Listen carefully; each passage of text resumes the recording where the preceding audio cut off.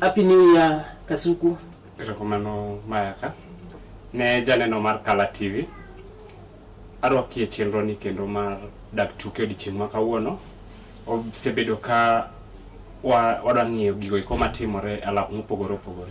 Odiochieng' ma kawuono waikonu mathoth kendo wan gi weche mang'eny mowinjo bed ni wawacho kotenore gi wechego, tukego mopogore opogore machalo kaka adhula, tukego mag ng'wech. Wadwa ng'iyo ane e tukego iko mag Kenya Premier League. Yes. Kata weche tuke moko mag English Premier League bende wadhi kanyo. Weche thoth parni iwacho ni tugo en achiel kuom gino ma bende ok nyal kose ngima dhano nikech en gima timore kamoro amora kama entieno, nikech nyaka koro gwenge sani nitie tuke mitugo kanyo endo. Nitie tuke go mag sub county league mituge e sub counties mopogore opogore, nitie tuke go mag county league, nitie tuke go mag youth league, bende nitie tuke go ma bende tugo kuonde opogore opogore. Sani kata mana pool itugo kanyo endo kaka tugo. Odiochieng' moro ne an e boma Leru Mahero to nayudo ka jal moro kawo omenda mar 10,000 Kasuku to keto piny chuo piem go draft. Mano be sani piem kanyo endo kondo chuo piem ng'ato nyiso lony ne go draft. Yes, ido ka sani tuke ng'eny Fred, kendo yudo kata ka kimbego iko mag goyo punda kelo tuke mang'eny. Yudo ka dhano sani tugo go iko mopogore opogore, sana ajua kata pool minano ni. To inyalo paro chien ka Fred ka wach pool nokelo ga wach. Yudo ka obila nomako mana timore boma Leru ma yudo ka obila omako joma tugo pool. Koro sani wadwaro ni wang'iane ni to tukegi ere kaka wanyalo kelo gima jendewa kata jogewa matugo tukegi nyalo yudo godo resruok. Koro kaki wacho sani ni wadhi mulo wechego iko mopogore opogore. To kapok wamulo wechego, daher mar paro ne janeno marwa ni ginyalo tudore kodwa kata kokalo e mbui marwa mar Facebook kanyo ibiro yudo @KalaTV live. Inyalo luwo chenro ni, inyalo comment, inyalo nyisowa pachi kaluwore gi penjo moro be wapenjo kanyo ni odiochieng' ma kawuono tim nero mar Manchester United tugo kod Tottenham Hotspur. Inyalo miyowa pachi Man U. Inyalo miyowa pachi e duoko mar tugo no madhi chakore ero kanyo saa 9:30. Yes. Parni be nyatudo kanyo kodwa yor ote machuok no 7 burari 5 adika chiel mana namo Leru ma bende chwale ote machuok kanyo endo Kala TV kaendi bende wabiro weyo ma ok wabiro ma somo ote magi kanyo endo. Mbui mara mar Facebook bende nyalo lo achiel kachiel mbui mara mar Facebook mayaka Fred kaka Suku. Ani nyalo yuda kanyo @Nelson Kasuku Facebook. Yes. Kanyo wadhi nyime kanyo endo kaka Suku dichini ma kawuono weche thoth pane tim Leru mano mar rowere manyiri ma pacho kaendi mane lo idendo ni Rising Starlets. Paro wan gi Junior Starlets mano under 17, wan gi Rising under 20 ka achiel koda Harambee Starlets mano senior team. Kanyo endo tim Leru mar Rising Starlets under 20 bago tugo kanyo endo chakre saa 9 wang'. Gitugo gi tim Leru mar Tanzania lap tuke Leru ma Ulinzi Complex kata chaende buore Nairobi. Gisebedo ka timo ikruok mar malich mokalo Kasuku mar neno ni weche odhi kodgi maber. Kata kamano endo tim ni endi king'iyo kanyo endo kano oyier jotugo mano moyindo na ni kanyo endo ma nyiso nang'o nikech king'iyo ko yedo tugo kanyo endo Kasuku parni higa Leru mar 2024 tim mar Kenya mar rowere manyiri Junior Starlets under 17 no jotugo eko mag World Cup. Inyalo paro kanyo endo ka tim no endo iwacho ni thoth jotugo mantie squad mar under 20 sani gin thoth jotugo kuma bende wuok e tim no endo mano kawo kata tim no endo gin nyalo wacho ni gibedo gi graduate ka giwuok under 17 ka gidhi under 20 kanyo endo. Ma nyiso ni chalni loso jotugo koa piny en gimoro maber koso. Okay. Freddy, anyalo wacho ni kalore gi sani chien kanyo ne oket ga maino e adhula no ero mag jok machuo. To anyalo wacho ni sani nyaka ne ker ma wan godo sani chaki loso alap tuke mopogore opogore. Kido ka ochiero ndadho mar adhula mar wakeini. Wan gi leagues mopogore opogore mag wakeini e pacho ka. To king'iyo leagues gi konyo. Gimiyo kata kaka sani Harambee Starlets tugo under 17 tugo ni under 20. Yes. Sama gidhi tugo idhido ka yot mondo mi yud kaka iyiero jotugo go iko madhi timore nade madhi represent Kenya. Mabiro nikech yudo ka wan gi clubs to ga academies gi yudo ka academy moro ka coach odhiye to yiero wacho niya aseneno ka nyathini tugo kata ne club machalo kama. Alafu sani bichak yudo ka weche somo mag CBE ni okelo weche mang'eny kendo ojiwo were mar jopuonjre. Yudo ka rawera moro nigi were no kata talanta mar go adhula, omiye thuolo. Samo miye thuolo yudo ka yot mondo mi kocha ng'e kata ni kapok kadhi skul makama tadhi yudo jatugo makama. Koro sani kang'iyo wach Harambee Starlet osebedo ka tugo kendo tugo ni yudo ko otuge ma kawuono gigoye gi Tanzania. To gima ng'eyo ni ikruok nitie makare. Yes. Ikruok mobedo makare ni dhi konyo Starlet mondo mi ngitigi go Tanzania. Iking'eyo kanyo endo Kasuku ing'eyo tim ni endi parni incho mungu kanyo endo tugo ma kwan gi kata tugo mabura kata kamano endo squad ni endi nosang'adi mano ba giudio chieng'no ero manyocha kabende koro jotugo mancho dong' e squad ni endo ting'o jotugo 20 kod adek kama jotugo 20 kod adek gi oting'o kanyo endo Christina Dhiambo bende en nyadende bende bende yande kotimo penj higa no romo kalo notimo penj e skul nyiri no romo Butere Girls nyalo paro tugo mane kanyo tugo gi Ethiopia momiyo ne ngado tiko mar donjo round ni endi mar koro gi rado gi Tanzania parne Kasuku mag tugo go mag manyo tiko mar the World Cup 2026 kanyo endo korka rowere manyiri ma gini buiga ne war 20 ene gol kanyo endo gi jotugo mamoko kanyo endo kinyo kanyo endo bende Kasuku kinyo parne linkiga league mar Wakeni pacho kaindi tiwacho ni tim no ero mar Ulinzi Starlets kaachiel kod tim ero mar Police Bullets emi wacho ni go bet jotugo mang'eny matuge league nikech king'eyo kanyo wacho ni gigolo jotugo 10 kod adek koriw gi Ulinzi iwacho ni ogolo jotugo 6 ka Police emoyudo kanyo endo kod jotugo 7 to king'eyo sanyo kaka league ma pacho ka osebedo korka Wakeni ero ka tim ero mar Police Bullets en achiel kuom timbe ko bende anyalo wacho gani odominate league ni endo ma nyiso nawo class mamoko chalni weche mag fitness ka jotugo tin koso ang'omiyo king'iyo kanyo squad ito ka timbe ariyo gi kimogolo jotugo mang'eny ibro yudo ka ikruok mana wuoy mokwongo cha Fred kelo mae ibro yudo ka Police Bullet nigi ikruok malong'o kato management mar Police Bullet en gi structure ma gin gi jogo iko ma dhi academy gidhi e skunde kaka sani neno ka gidhi Butere giyudo japuonjre moro wacho niya wadhi Butere wakaw japuonjre ni wadhi Nyakach Girls wakwanye achiel ariyo wadhi e skul machielo wadhi Kobala wadhi Awinga wadhi kata e skul machielo mar jomanyiri to ka gikwanyo jopuonjre gi to gichako tiego gi koya piny iwinjo kende ni giseketo structure moro ni ginyalo dhi e low e grassroots to giyudo jotugo to gitimore nade gitiego magimigi kata token moro matin koro ibro yudo ka gima iwacho ni ikruok ni en gima duong' kendo niya Bullets nigi ikruok margi maging'e niya kwa kwani japuonjre moro kata kwani jatugo moro to winjo bed ni japuonjre ni kata jatugo ni yudo sabun moro imiye to ibro yudo ka jotendwa ma kata danga wach ni ma Kaluo kae kech Kaluo ka sani onge okanya wacho ni tie club no ero mar Wakeni mo nyalo wacho ni otegno kaka dango pim gi Bullets wan clubs wan gi small Starlets wan gi gintiere wan gi Kisumu tipro yudo ka ikruok me Kisumu opogore kaka Bullets oikore ema temo wacho ni sirni ok binegi kaka winjo bed nigi bira alafu sekarani ma jomoko nyalo kawo ga kaka bias nikech chien kacha endi nyalo paro kane itimo ga selection ne tim no mano mar Harambee Stars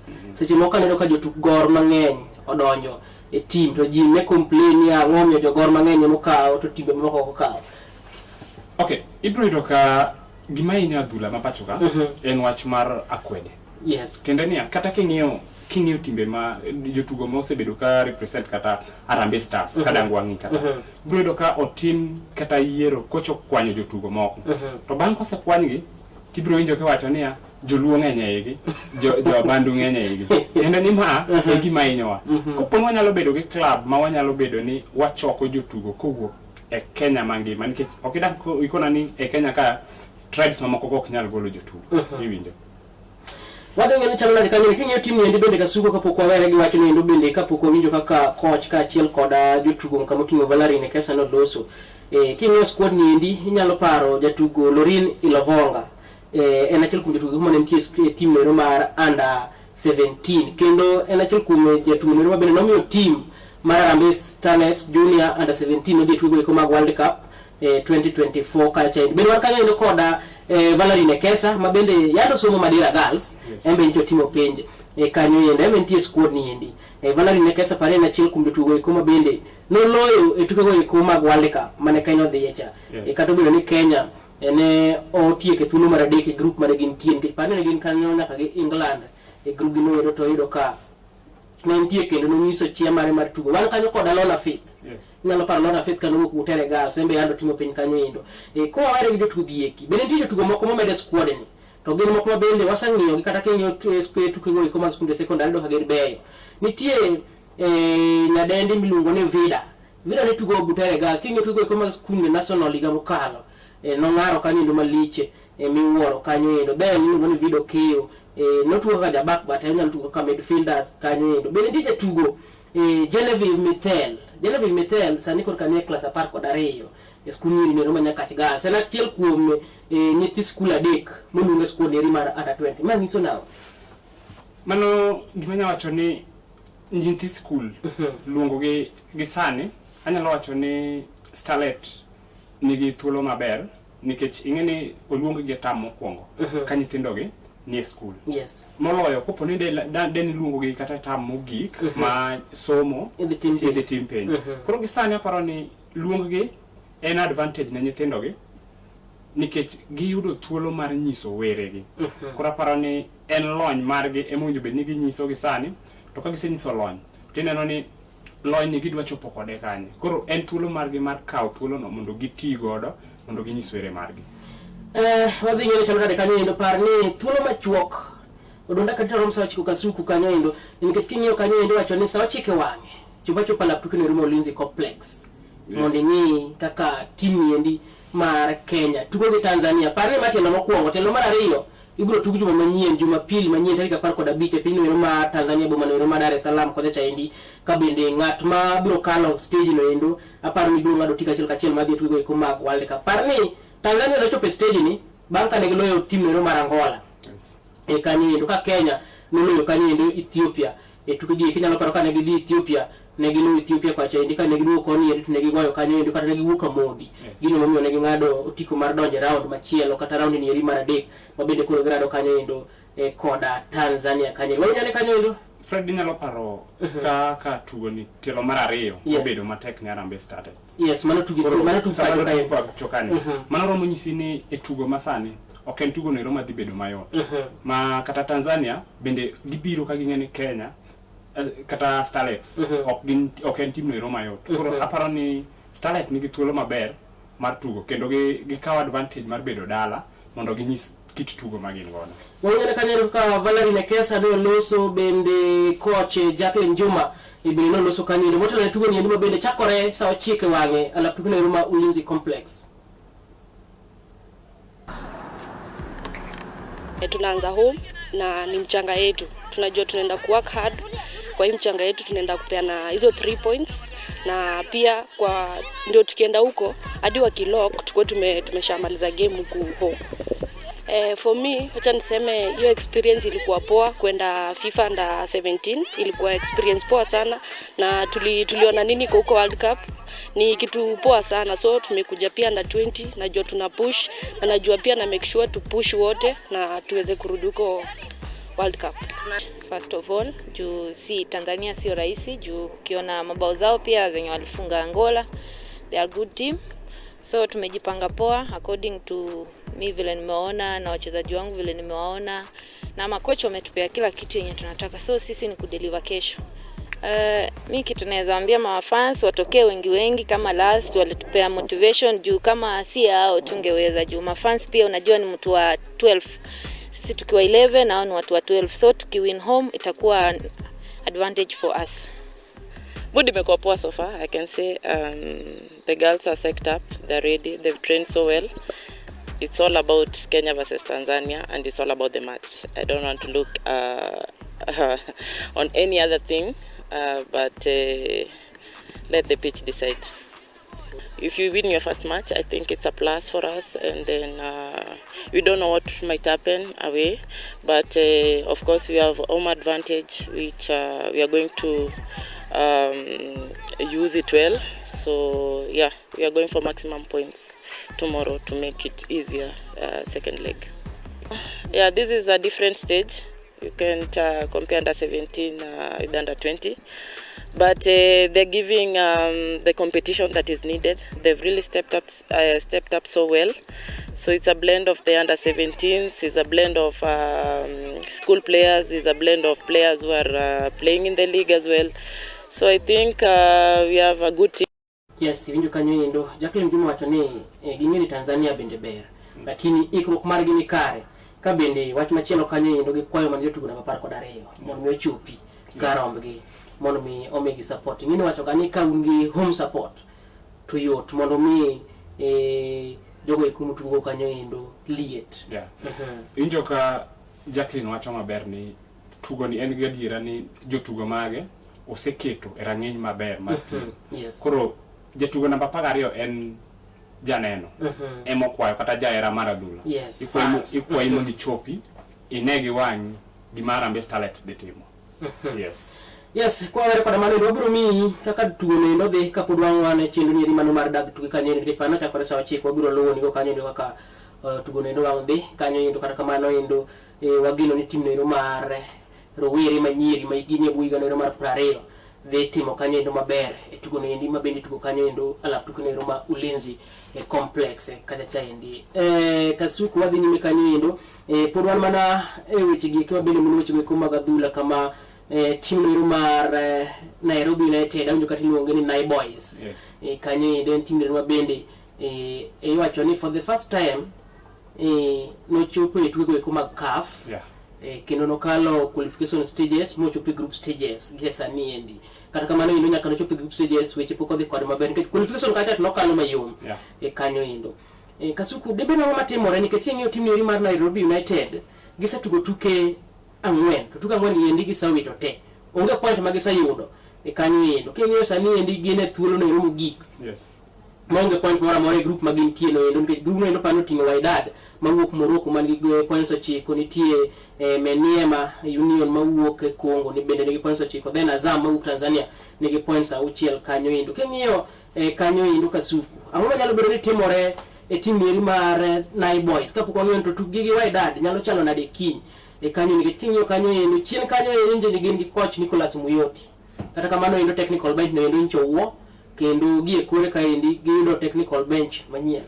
Fred gima nyalo wacho mokwongo en ni Nai Boys osebedo odhi tugo ni mokwongo ma piem no gidonje mokwongo. Ting'e ni iwacho ga ni samoro dhi kumoro kionge experience. King'iyo team kaka Wydad osebedo ka tugo tukegi mag CAF gi. To Nai Boys mai tugo gi mokwongo ibiro yudo ka biro ni gichako tugo gi mokwongo bedo matek nikech mondo mi gitug kaka gitugo Premier League kae opogore giromo gi jotugo mowuok pinje ma oko samoro ka giwuotho gidhi kata Ethiopia mondo mi giduogi ibiro yudo ka thuolo no bedo matek iwinjo tende ni jotugo yako ol giduogo ka giol alafu exposure pok gibedo exposed e tuke machalo kama koro aparo ni mane thuolo margi maber mar dhi nyime to kata koponi giwuok ano kanyal chayo gi ahinya nikech ibiro yudo ka giyudo experience manyiso ni tugo mambele kapong chieng' moro gi qualify ginyalo dhi kendo ma gichak timbre nade koro gitugo ka gin gi experience mar CAF.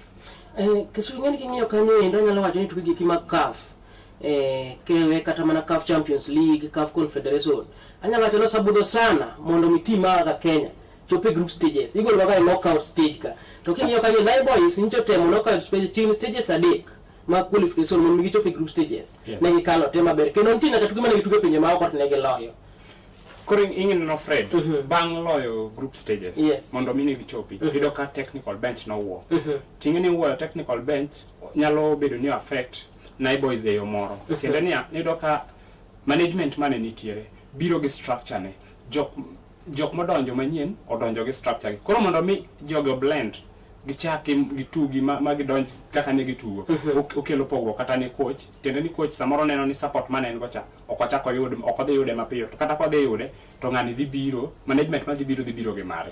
Yes.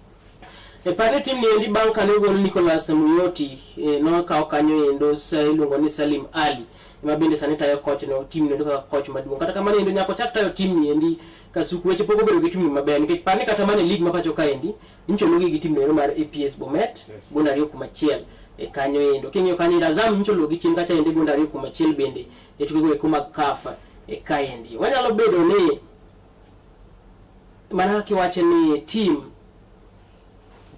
woyo technical bench mar team kor league samoro nyalo bedo ni ochapo team ni endi kanyo nikech kiwinjo kaka Salim Ali wuoyo wacho ni jotukgi ne gikawo jotugo moko manyien pok gi blend maber squad margi pod ni yumba nikech jotugo pok ong'eyore tielo monungo weche wuok mang'eny. Koro injo Fred gima temo wacho ni ineno ka sama iwo squad kata iwoyo management mar team. Woyo management mar team miyo club bedo gi mbekni moro, yomiyo moro donje club. Tanzania jotugo noseng'iyo gi coach mane nitie. To kikelo ne gi coach manyien sama gidhi nyime gi tugo iyudo ka okoyot. Tiende ni coach ni mondo mi odhi obi gi tactics ne pogore, jotugo gi mondo blend dhi kawo gi time. To sama okawo gi time ni magi joma tugo already gine competition gigo CAF okinyal expect mondo mi giyud duoko magisebedo ka giyudo. Alafu kata king'iyo Azam ok en club moro mayot manangi wach ni kata kogoyo na boys tiwacho ni Azam ogoye ngeni kaka unja kiloso Kasuku itamo wacho ni na boys wamigi thuolo nikech ma thuolo margi mokwongo ineno ka yani gimitemo wacho ni gionge experience tugo ka CAF. Tiende ni iwinjo gima na wacho kana chako cha Fred. Yes. Nai boys onge experience mar tugo CAF. Tiende ni otugo odhi mokwongo mondo tem. Koro next time nikech pok no rado Azam tuke mag CAF. My the first time mimi Azam mondo tugo. Azam mimi to en team osebedo ka tugo CAF. Osebedo gi experience moromo mar CAF. To kikawe mi Nai boys. Koro Nai boys chalo underdog to Azam en team club no maduong'. Yes. King'iyo kanyo endo bende team ni endi Kasuku nitie jatugo Duncan Ochieng. Wan gi Benson Omala kachiel kod Duncan. Parne gine squad team ite. Benson noduogo kendo wariwore gi team ni Duncan noduogo. King'iyo kanyo endo tugo mane gitugo Azam alap tuke no ero ma Kasarani kanyo endo jatugo nen yaya paro jatugo Duncan Omala noloyo gol moro ma nyiso ni en jatugo ne pod tin to samoro nyalo bedo striker maber nikech ok en gima nyalo wacho no pore ne. Yes. Fred ipredo ka Omala en jatugo matin to en gi experience. Yes. Ose en striker to ngi maber niya striker tich na en low goal. Sama Nai boy ni kode gin gi geno ni gin gi striker ok gi depend ir midfielders like danga wach ni gi kawo workload gi duoko ne midfielders. Gin gi striker moro ma ng'eni koyudo thuolo to tiyo godo. Koro sama gikete kata ka Omala olo gol yudo ka mede moral. Tingeni sami kawo striker tiketo to striker odhi kata mpiche moko ang'wen kokolo moral ne mar loyo timore nade lal. Yes.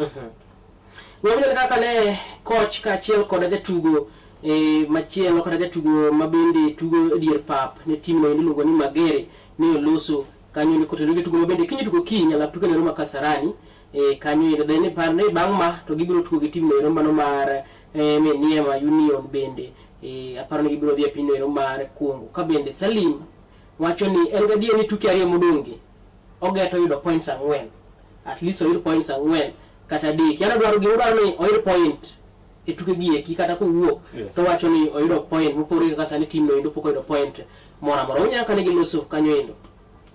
Tough match. We're playing a good opponent, really good opponent, but we look to bounce back, get back to winning ways, and hopefully this will be a good start for us to come back.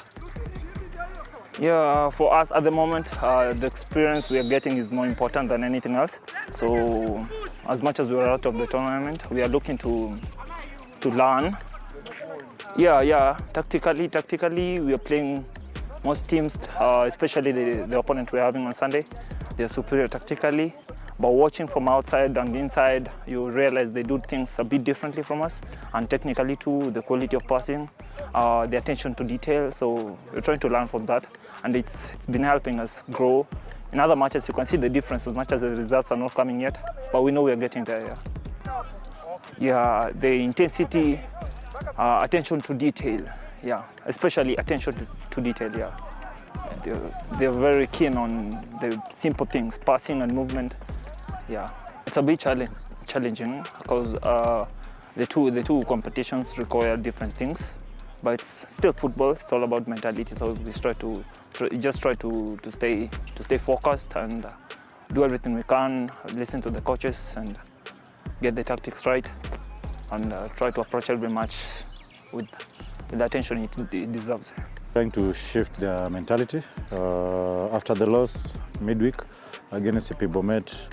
It was not really good for the team, but I believe that we want to bounce back and again playing against Wydad. It's a Confederation Cup, our last match at home, and we want to showcase good display in our country before we leave to Maniema, our last match in the group. And for sure, we are trying to motivate the players to try and give us a positive results. I think it's good. As you can see, they've been performing well in terms of the training yesterday, after match, yesterday training session. Today again, good preparation, then waiting for tomorrow, our last preparation before the match on Sunday. No, for us, we want to finish with an honor. Of course, sometimes it's a good experience that we've had in a team, but at the end of the day, we want to finish our two matches with good result. If you can get 4 points, can be very good on our side. If you can get 3 points, can be very good on our side, but we have to get points. Not that difficult. The only challenge that we've had, we've been building team on season. Like now we have a good quality of players who are in, but at the same time they haven't jailed 100%. What we want to do is to give them opportunity, of course in this coming match, to try and see how they perform in their fitness level, how they can interact with the other players before we come back and start. Mano kaka yujo kaka giloso kanyo endo ka bende wagino ndo dhichalo kodgi nade kanyo endo nitie tuke mabedi dhi tuge CAF Confederation kanyo endo kasuku kanyo endo wacho ni maendi kama bende timero mar Azam biro gocho gi Maniema Union mano kawuono saa 1. Then odiochieng' ma kiny Nairobi United gocho gi Wydad kaka sangisi na laptuke nero ma Moi Sports Center Kasarani. Zesco United biro gocho gi Zamalek. Kanyo endo ka Kaizer Chiefs biro gocho gi Al Masry. Then mago tuko mabende tuko ki, then Oto Odoyo tuko gi Stellenbosch. Ma king'e Oto mano nyalo nyiso ni adhi Sudan. Man again. Then nitie kanyo endo San Pedro biro gocho gi USM Alger tomorrow. Then Singida Black Stars biro gocho kanyo endo kod CR Belouizdad. Then OS Safi gocho gi tim noero mar Joelba. Mano tuko makini tuko kanyo endo saa 4 mar otieno. Mago tuko iko mag CAF Confederation Cup kanyo endo parni group ka group biro golo timbe 2. Kanyo endo manyiso ni kinyo group ni endi mano mar Nairobi chalo ni Wydad chalo ka gimosa ngado tiko nikech sani gin gi points 9. Kanyo endo ka team machielo mar Menemia bende anyalo wacho ni samoro embe tiende machielo nyalo bedo nikech embe nigi point 9, team maluogo nigi point 6 mana Azam. Kanyo endo wadaka oyulo maro mokwongo chenro ni mano mar dag tuke janeno mar Kala TV ka waduogo to wadhi nyime kod mamoko mathoth mabende pod waiko ni kaendi. Madabe chwalo ote mari mbui maro mar Facebook Kasuku. Yes, mbui maro mar Facebook kanyo longo ni Kala TV live. Idhi yudo kanyo kendo nyalo chwalo ote ni mondo inyiswa pachi kotenore gi mbaka e romo goyo. Kata gisani aneno ka thoth jowa oro ote. Thomas Chinku wacho ni oneno maber. Daudi Janyamasaria bende ni kae. Daudi Jamasaria. Yes. Owacho ni chenro le. Mano biso ngeni gin jomoluor nikech gin jogo ikuma gwena thone gi sasaya pate. Jadolo. Kingeni jadolo ngamoluor makolimi to nyaka gwena nyalo thone sasaya. Kanyo waka oyo mawa mokwongo ka waduogo to wadhi nyime janeno mar Kala TV.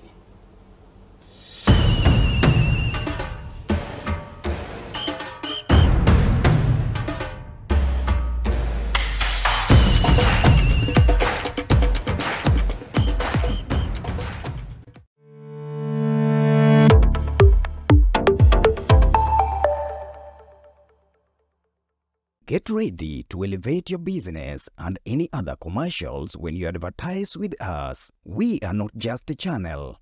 We are your gateway to the peak, for we give you the precision and desire to your commercials. Let us be your partner in success, broadcasting your message to thousands of our viewers. Contact Color TV today and let's make the magic together. It's enough to make a grown man cry, but not this man. Get back in there, Tia. Tok yudo thuolo mar ng'eyo mathoth kowuok kuom jopuonjewa e sikunde ka iduogo pacho, warwaki kod chenro mamit molosi mana ne in iwuon mar kweyo pachi kaka nyathi. Chenro mar bang' sikul chakore saa 10:30 mamidhiambo nyaka saa 11 mamidhiambo, kama iyude sigana, wende manyasani kaachiel kod machon, kaachiel kod miel motimo cathedral ma bende mori kaka nyathi. Bang' skul, chenro manigi mor lilo ne nyithindo duto. Color TV, machiegni pacho ma e odwa.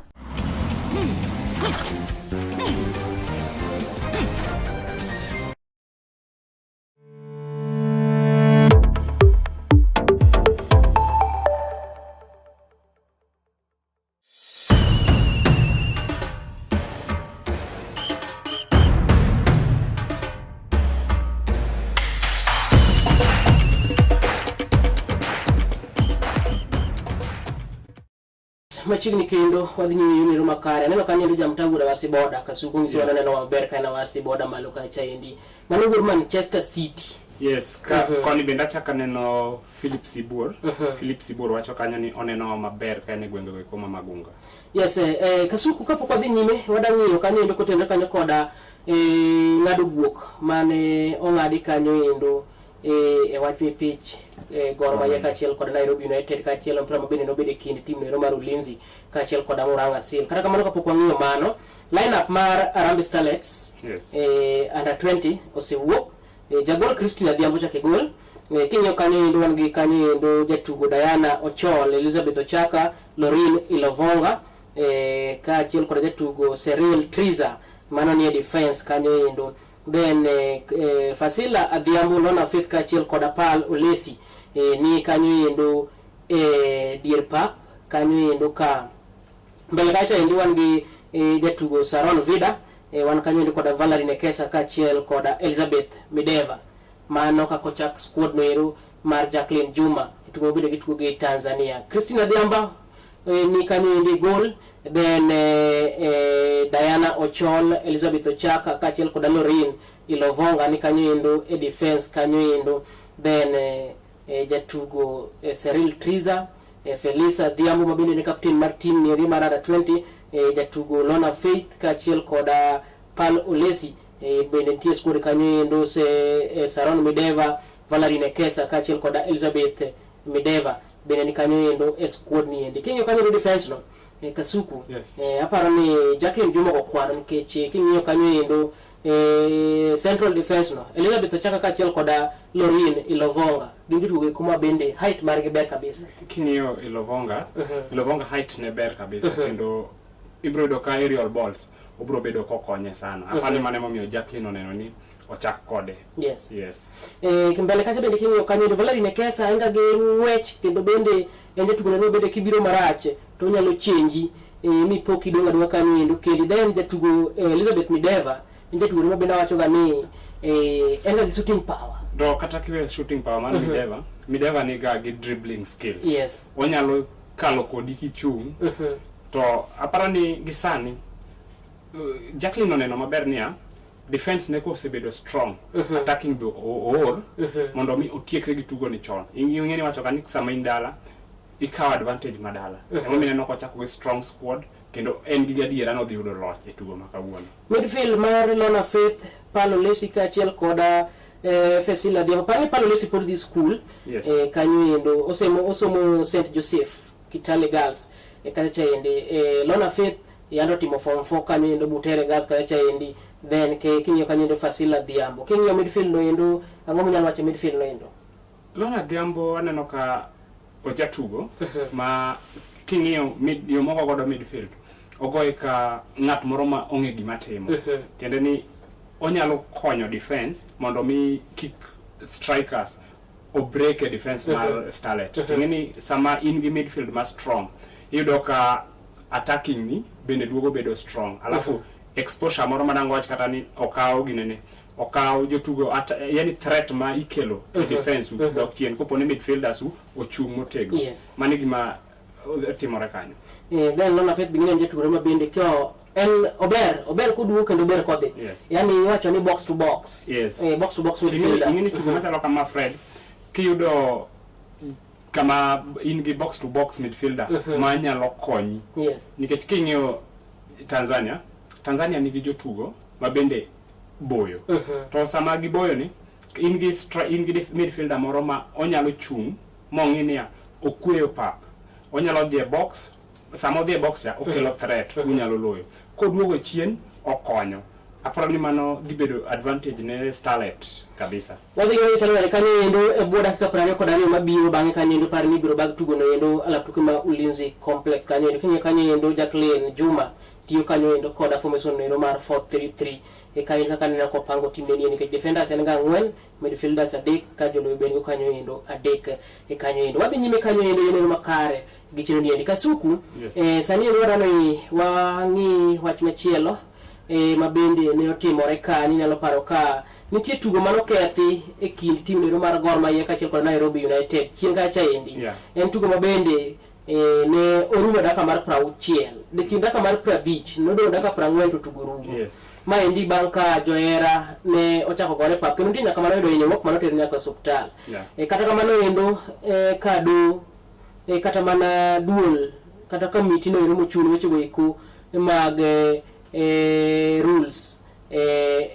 duol no mar weche go eko mag adhula kata ka endi FKF ne ong'ado guok kotenore kod wach ni endi to timbe gi ekinyi chomi point achiel nikech parni gino notimore ka timbe gi koselore gol achiel kuom achiel. Fred wachaka negi maundo mabedo e tuke mag Kenya Premier League. Okimai mokwongo ma Harambee Star ma Gor Mahia bedo punished ni johera mag Gor okelo gogo. Inyalo paro chien kacha Gor kane tugo gi Ingwe thothne koko wuok ga. To king'iyo sani wan gi clubs mopogore opogore, ok wanyal wacho ni Gor kende. Kata king'iyo ginene Shabana Shabana osebedo a victim. Embe yudo ka sama tugo dhi nyime johera mag kelo koko. To ka gikelo koko ibiro yudo ka sani club kata kaka mar Gor Gor sani ni wi league kendo Gor sani nyalo wacho ni league mar Kenya Premier League ni kind ji ariyo ene kind Gor gi Ingwe. Shabana onge kiyo kanyo team sadek ka giloreno ineno Fred Shabana nitiere to okanyal kete e ng'wech mar Kenya Premier League akete Ingwe gi Gor. Tiende ni aking'iyo Gor nigi experience mar Premier League, osetugo Premier League kum igni mang'eny, gima Kenya Premier League en.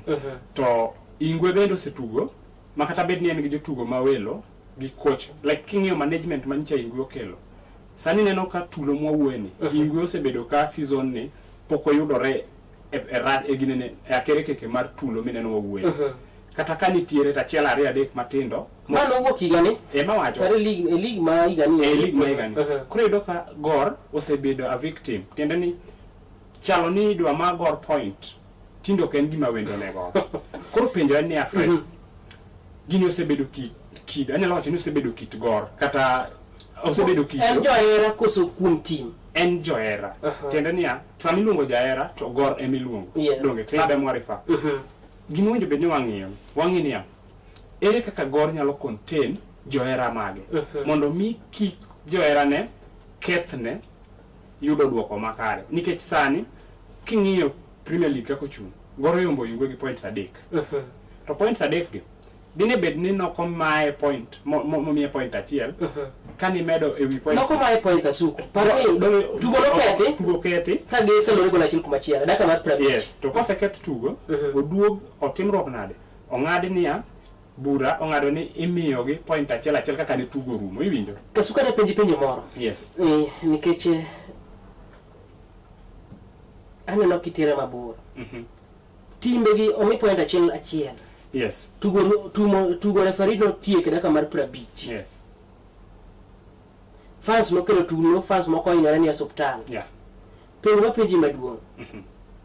Dakika 40 gi, ang'o mano mondo nok nyal tugi kendo? Nikech paro kanyo endo, nyalo paro igano iro ma 2024. Gimoro tarik ne dwe mar 5 gimoro tarik 26 kama ende ne tugo mani tugo kanyo ende tim no iro mar police ka achiel kod tim no iro mar AFC Leopards tugo go iko mag Mozart Cup e kanyo en semi final ne tugo police sako to jaera mar adhula mar FC moro no bayo chupa mogo referee mipira no ngadi e dakika mar 60 kano chopo kiny ne tugo ni ne doko tiek dakika 30 manodong chaindi ang'o mane mono maendi tiek nikech gini ni nomiyo clubs moko ywak FC nicho ywak ni bura no ngado makare koro Fred ineno ka ngado bura ni imiyo gor gi ginene point achiel. Yes. Ananeno ni tugo kata bed no nuoye nikech ibiro do ka thothni kata konuo tugo to duoko nyalo bedo mopogore onyalo dhi the other side to mano pod ne dhi kelo koko nikech idhi ng'iyo niya idhi nuo tugo idhi tugo dakika 40 mar odong' kose dhi goye dakika 90 manyien to kapok ochopo kama ing'ade bura ni mondo mi dhi go tugo ibiro yudo ka nitiere gik ming'iyo mondo mi ginene uket tugo kata week tugo udhi ng'iyo stadium midhi tuge tugo stadium nidhi chule nang'o Fred iwinjo nikech sama ne FKF nini Kenya Premier FKF oketo fixtures ging'e maber ni tarik makama wadhi tugo manyiso ni giseyudo wasedo pap wadhi tuge to kichaki wuok ni dwa chako manyo pap machielo bang' tugo manosebedo ni tugo ichalo ng'ano ero ma imedore baden machielo koro aparo ni FKF nodhi ong'iyo baden mar kelo mar nuoyo tugo ni against ginene gimane okelo koko kiyo kanyo endo ka olotere kanyo koda rule no ero kata chik namba 67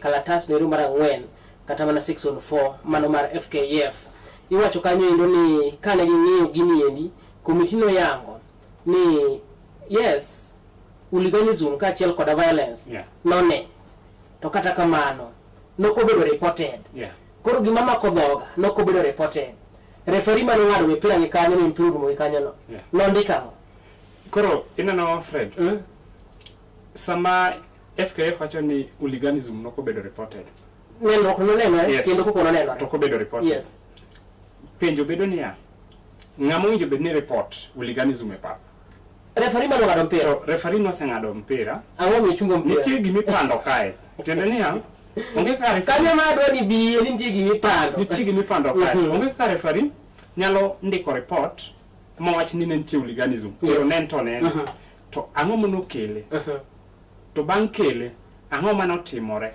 to bang' matimore atwa mane manokaw nikech referee mane tayo tugo ni no ok kudho firimbi e dhoge mochungo mpira bang' chungo mpira nyaka nondik report gimomiyo nochungo mpira ma kata ka FKF wacho ni onge report mane ondiki nitie gimipando kae koro ng'ama pondo en referee koso FKF nikech nyalo bedo ni FKF temo berere timbe ariyo gieki nok gida ketho ne gor kata gida ketho Nairobi mondo okaw gi ni wan FKF ok dwarwa koso ang'o madhi mbele ka Fred FKF masani king'iyo tok yiero mane otim ma useno kawo tok mwendwa ido ka FKF osebedo gi issues kaka ne ji nigi geno mane ji nigodo ok giyudo ka sama ne oyier Hussein nong'e maber ni Hussein ochung' kendo odhi tetea adhula mapacho ka lakini kaluwore kaka sani gik moko timore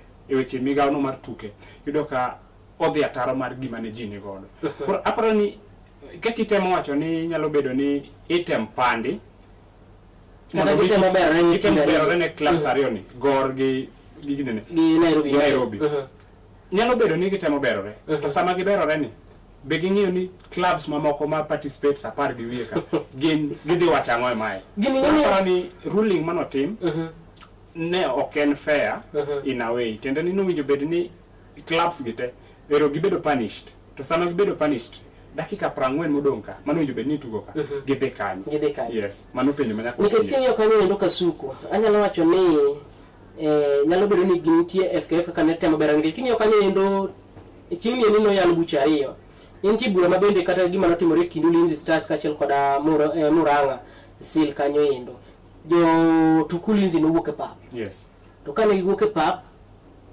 to negitamore duogo kane gitamore duogo ruling ni mano bedo detail kendo kata king'iyo kaka ne gigolo ruling gik mane gindiko obedo detail watimo kama nikech referee no ndiko report Ulinzi netamore duogo e pap omiyo wamiyo tim noro mar Murang'a 12 points adek gi gonde ariyo.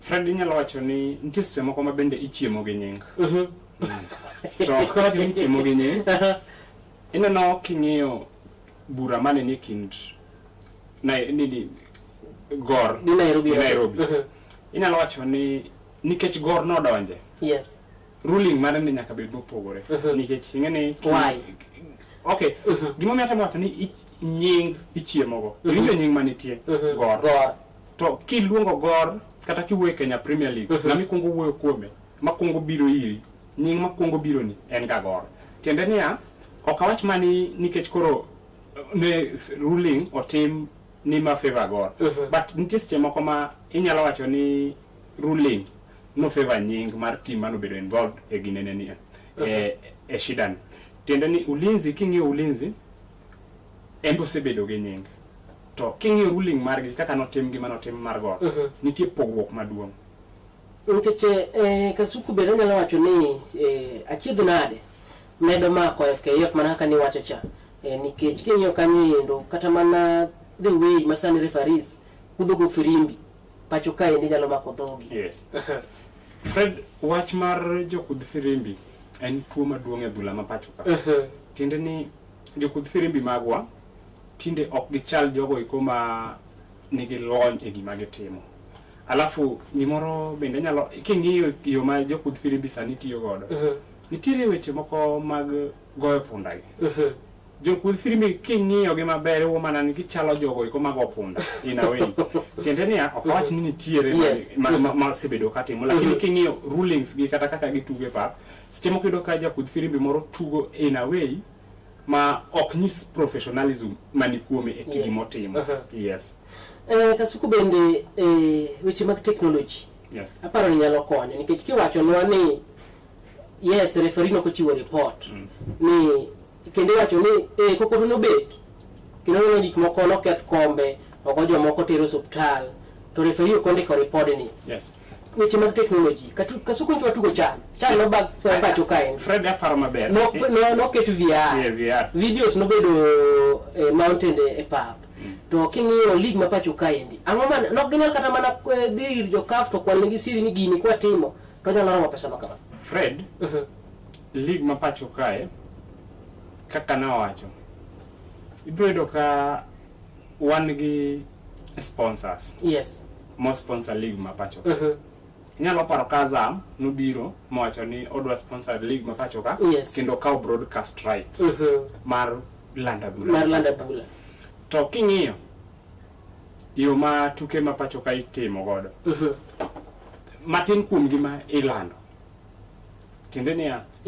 ilidho ni ilando ma means ni onge that consistency team onge gimoro ni ukawuono wadhi lando mpira ni kiny wadhi lando mpira ni ionge ratiba no ma kelo penjo niya kare sponsorship mano kelcha no kele mana mar timo ni inyiso kode mpiche moyier koso winjo bed ni nyiso mpiche te tiwe lony manyasani Fred king'iyo leagues mopogore lony manyasani osebedo ka konyo timbe mathoth tiende niya referee kaka nwawuoye jo kudh firimbi samoro referee en ben dhano kaka en onyalo bedo gi ng'ikni moro to league manigi lony manyasani kata matiyo gi video assistant referee VR ibro yudo ka gin gi lony mopogore tiende niya ndadho mar league gi ni malo koro aparo ni Hussein samane oyiere magi gik mane wa expect mondo mi otimre nade ogol kata ong'i okete tim mondo wang'e ni ndadho mar league ma pacho ka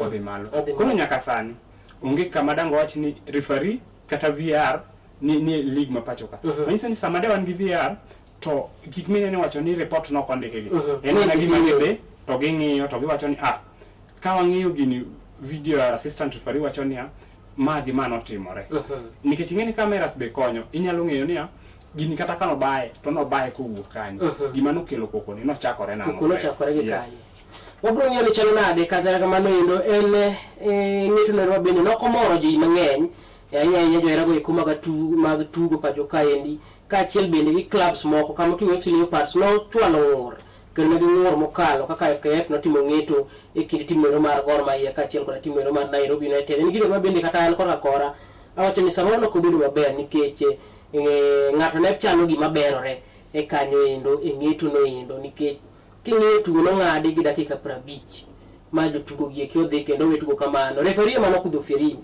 to kedhi sang'eto tiwacho ni referee no kondiko report kare no chungo tugo nango kano kondiko report at the same time ng'eto ero sang'adi timbe gi osami 1 point kasugi ng'eni gimaendi tim moro biro geno ni adhi tugo gi tim matek akel dao mondo wang'ad ang'o mondo waketh tugo ni wadiro 1 point king'iyo e tuke mag skunde sekondar ma iga mokalo yes gima chalo kamano dwa timore to tugo nonuo inyalo paro yes ang'o mane mono FKF kaw thuolo margi mar nuoyo tugo ni kata mono tugo daka 30 mano dongo kende koro aparo ni nitiere gimitimo gimoro mopandi to bro gikone ok bipondo giwacho ni gimopandi gikone nyaka ng'ere tibro mana fwenye kata ka nitiere sangwenya moro ka moro tibro mafwenye sangwenya ni ene mosebedo kotimo ma yes kwa wera koda mano endo kasuku bende kapod wang'iyo ni mamoko mabende muoch kone koda kocha kanyo endo dichiema kawuono kasuku weche mano wuotho kaendi gina weche go ikuma bende mulu weche go ikuma gadhula federation ma pacho kaendi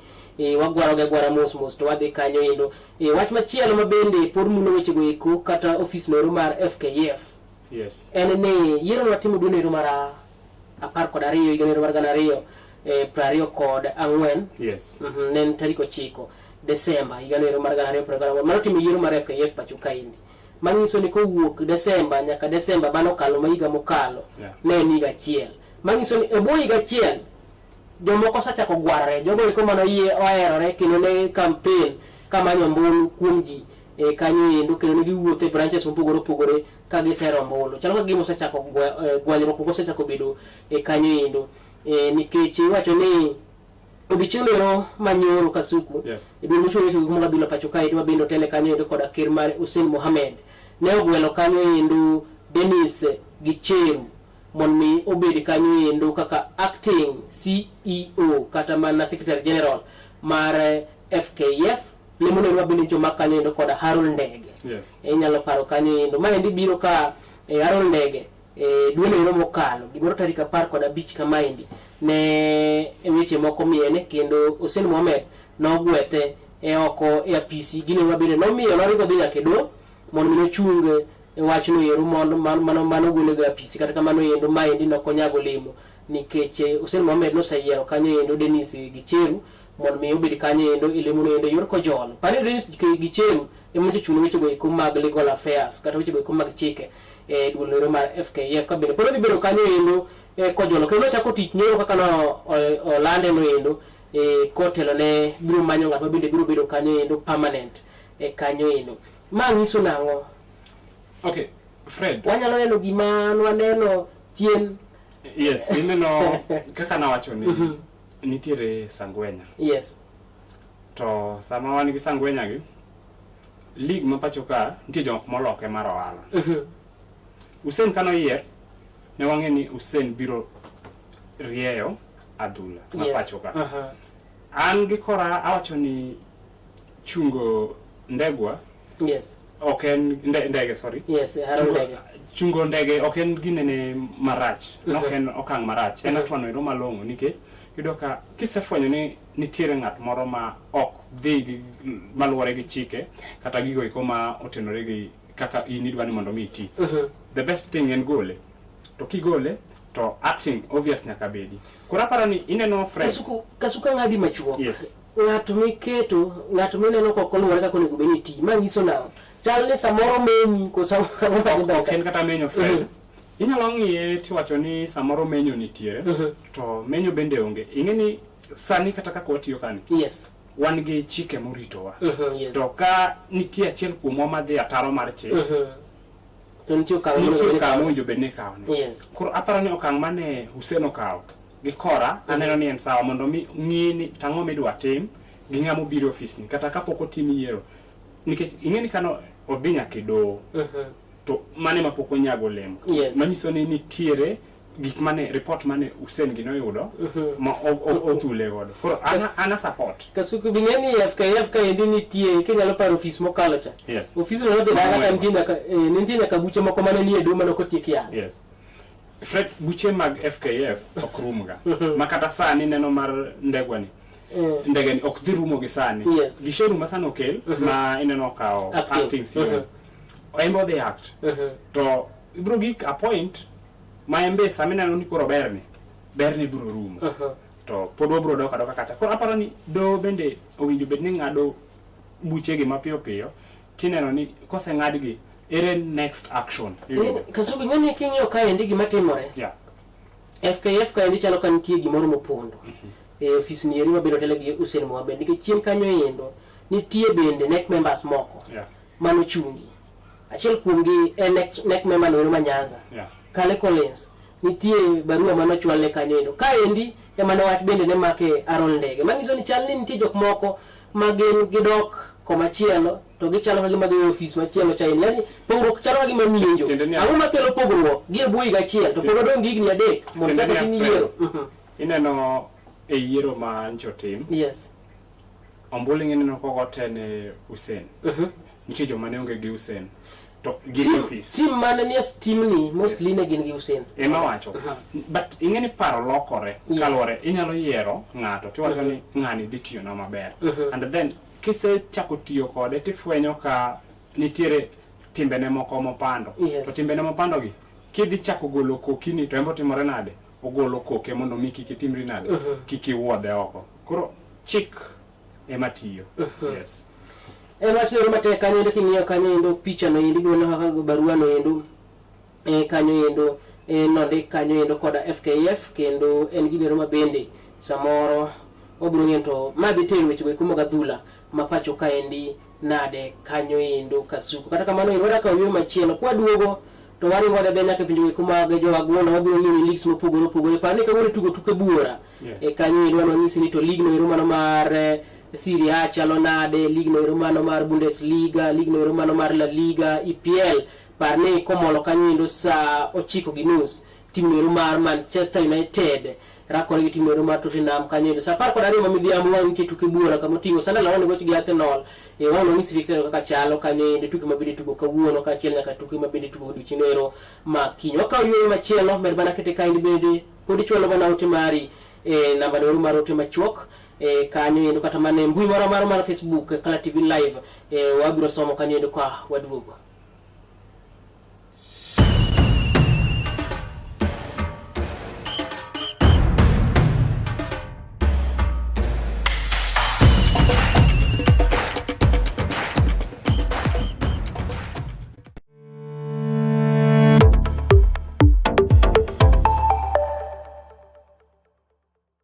Get ready to elevate your business and any other commercials when you advertise with us. We are not just a channel. We are your gateway to the peak, for we give you the precision and desire to your commercials. Let us be your partner in success, broadcasting your message to thousands of our viewers. Contact Kala TV today and let's make the magic together. It's enough to make a grown man cry, but not this man. Get back in there, Tia. Tok yudo thuolo mar ng'eyo mathoth kowuok kuom jopuonjewa e sikunde ka iduogo pacho, warwaki kod chenro mamit molosi mana ne in iwuon mar kweyo pachi kaka nyathi. Chenro mar bang' sikul chakore sa 10:30 mamidhiambo nyaka sa 11 mamidhiambo kama iyude sigana, wende manyasani kaachiel kod machon kaachiel kod miel motimo cathedral ma bende mori kaka nyathi. Bang' skul, chenro manigi mor lilo ne nyithindo duto. Kala TV, machiegni pacho ma e odwa.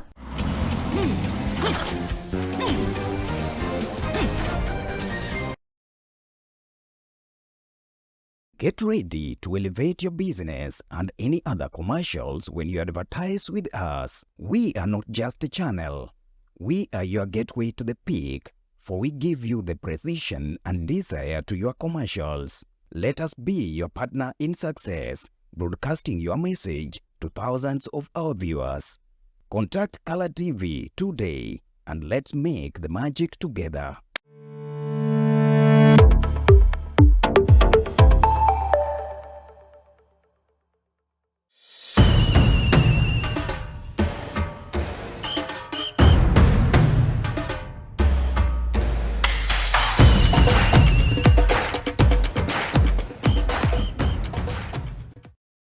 Chini kendo jana mar Color TV wadhi nyime mano ndamo mugi kuro mar chendo dieri mano mar dag tuke do chideri makawuono mai dag tuke mokwongo mayiga ni eri mar gana 2026 parni ngeso ka ngeso biro ni live e kanyo endo e yonero makare team ni duong mai ndian mana example mare team ni ndi duong kendo biro bedo twak mayete ke tweta kanyo endo bende wabro manyo jolony bende mutendri koda weche tuke mopogore bende wabro bedo wegode e chendo ni endi nitie ote katika suku Philippe Elianzo MC Bondo wacho kanyo ni ma NCPA Philippe MC Bondo awinji maber ka antie Kisumu County Kone. Asante sana good Kisumu County wabo wa make mana chiel Kisumu County ka endi makala TV yudore kanyo endo e yonero makare. Daudi Jamasiro wacho kanyo endo congratulations asante sana kanyindo chwado no kanyindo congratulations my kanyindo kendo wacho kanyindo keep up the good work oneno maber kane gwengwe kumag Nyamasari akacha endi Anton wacho no neno ja Arsenal ngeni sani beto luorgi kanyindo lakini ndi jo moluorogi then osiepa moro Kasuku wacho ni kikawe moka mosi koka mosi to mano dhi chuno nyalo dari Yombei ward iluongo ni Joshua Ageso Jakano mano mwalimu tiche kanya cha endi okangeni sani Siaya County okangeni Yombei ward ka okangeyo wabiru fwenyo kode kanyo to chalo nade kanyo endo Kasuku wadhi nyime kanyo endo kendo kinde gieki wadangiyo kanyo endo EPL kapok wang'iyo fixtures mopogore Kasuku nitie tugo mitugo saa 9 gi nus thuolo machuok squad dosewuok mar Manu ibiro ng'iso to squad no endo chalo nade kaachiel koda Tottenham then bende wabiro ng'iyo to tugo no endo dhi chalo nade nyalo bedo ni Manu kowuok kata Carrick chalo bedo ni obiro gi lek mayore ne club no mar Manchester United oya dugo Manchester moro man wang'iyo mano kawo kombe nyadi 20 e bwo Alex Ferguson chaendi kuso nango kanyo endo Fred wakike okang'no ero ma koro iwacho ni adhulo idho koro wachopo oidho ndege kama koro wadamiyo ja neno marwa igweko mpiche mitugo e leagues mopogore odiochieng' ma kawuono nitie tukego eko ma obagi modhuro to team league ma ji ohero maduong' ng'eny en ga English Premier League to odiochieng' ma kawuono nitie early kick-off madhi chakore kanyo saa 9 gi nus ma tok dakika 25 kochakore gi sani nitie team mar Manchester United dhi tugo kanyo ero gi team no ero mar Tottenham Hotspur bende parni team no ero mar Manchester odiochieng' ma kawuono otugo gi Tottenham ka osebedo ka olot tuke ne adek mokalo ibro neno ni chien kanyo nyoto tugo nango Fred kapok wachopo kanyo yiena mondo mi ami janeno marwa lineup mar timbe ariyo gi kawuono yudo ka Michael Carrick ni dala to Michael Carrick obiro gi jotugo ma en godo ka e goal en kanyo gi Lamels, Dalot, Maguire, Martinez kod Luke Shaw e defense. Alafu midfield iko kanyo gi Casemiro gi Maino, Obi Maino. Wing nitiere Amad Diallo, Bruno Fernandes gi Matheus Cunha. Alafu mbele nitie Ryan Mbeumo. Mansono go form no mar 4-2-3-1. Yes, formation. Mansono midfield opogo deriyo. Yes. Alafu king'iyo formation ma ng'ane be goyo ma Thomas Frank goyo Tottenham and go the same formation. Ogo 3 ng'ane go 3-4-2-1 iwinjo. Koro Tottenham nigi Vicario, Van der Ven, Romero, Palfinha, Gray, Gallagher, Sarr, Udogi, Odobat, Simon kod Solanke ematie ko mbele. Yes. Kato bench mar Manchester United oting'o kanyo eko Jagol, Baindir, oting'o Fletcher, Heaven, Malaysia, Mazrui, Sesko, Ugarte, Lenioro kod Zakzi. Yes. Alafu korka Tottenham koni bende nitiere jotugo kae. Bisuma nitiere kanyo, Kevin nitiere, Kolomwami, Sosa, Matthias Tell, iwinjo. Alafu ibro yudo ka e tugo makawuono ni Fred, Tottenham nigi jotugo go eko mathoth maonge e game makawuono. Yes, kendo yudo ka Bentancur nigi injury, Bagaval nigi injury, Danso nigi injury, Davis, Kudus, Kulusevski, Madison, Pedro Porro, Richarlison. King'iyo jotugo gi gin jotugo ma sulwe mabewinjo bedni ne chako korka tim no mar Tottenham. Yes, koro wadhi neno ni bedo nade e dakika go iko mabiro ka tugo ni odong' mana dakika moko matin to ochakore. Mondo ka 20 kama hiyo. Kasuku Manchester United kinyo sani uniform mare. Kanyo endo kinyo ka squad no endo chan kinyalo wacho ni kawinjo kisomo squad no endo misomo bench.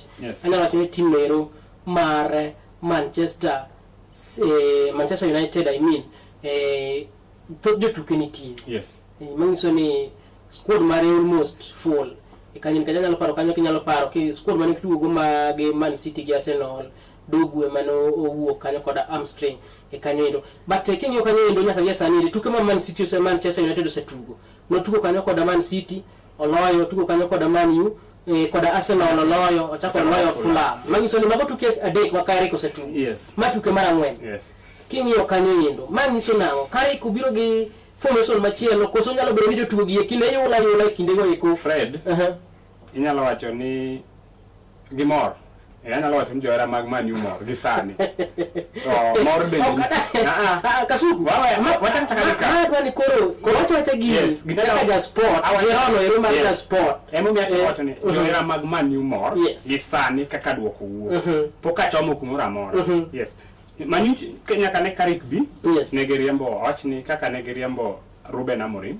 Yes. To giketo Michael Carrick kaka acting manager. To e thuolo ma Michael Carrick osebedo ka tugo, osekompiti adek. Osebedo ko oyudo duoko go eko maber. Fred king'iyo kaka Carrick osetugo. Osekompiti adek, to mpiti adek gi ng'eni osetugo gi. Carrick osetugo Guardiola ma Man City, osetugo ga Teta ma ginene ma Arsenal, osetugo gi Marco Silva ma Fulham. To king'iyo kit tugo ma Carrick sani tugo Manchester United, anyalo wacho ni ochiero Manchester United. To bang' chiero Manchester United, penjo ma pod an godo maduong' en niya, ero duoko to giyudo, giloyo gonde mang'eny, to gi concede gonde. Koro penjo na biro kania, sama Manchester concede gonde mang'eny kagi, nikech kata king'iyo kaka ncho tugo gi Fulham, Manchester no struggle mondo go Fulham. Odugo loe mana dakika mogik. Koro chieng' moro kopo kata ni kaka formation ma ineno Carrick goyo ni. Nikech ibrodo ka timbe moko madongo gi to osegoyo. Maybe tim moro dhi rado gi tim matin mondo mi timre nade manyalo kata goyo. Concern mar Carrick sani winjo bednia ogeng'o concede gonde mo concede gi. Nikech iyudo ka Man City kano goyo nogo 2-0. Arsenal nogo 3-2. Fulham oduogo 3-2. Mabe iduogo yudo ka gonde negi ologi kose concede. To logi be last minute. Koro wachni kanitie tim moro ma osefwenyo system ne ni Man U ok ibiloyo to bro loyi dakika mogik. Ginyalo biro gi yo moro ma gidwa geng'o godo ni ka waloyi to odwa ni obi lowa dakika mogik. What of chieng' no ka otam gi no ginyalo gol dakika mogik. Kane ma unbeaten mar Carrick ni dhi chunge koso. Kasuku king'iyo kanyo endo, anyalo wacho ni gima nagombo ng'eyo kanyo endo kuome ni iparo nang'o ma ndhadhu mane ma Carrick okelo e Manchester United momiyo Manchester lokore ma tuke adek giyudo kanyo endo 9 points. Namba achiel, ibro yudo ka nitie jatugo Kobbie Mainoo. Kobbie Mainoo king'iyo ng'ane nochok miega jatugo ber kabisa dier pap. Kobbie Mainoo en nyathi, en jatugo ma pod nyathi ma nigi experience mar go mpira. En gi talanta. En gi talanta mar go mpira.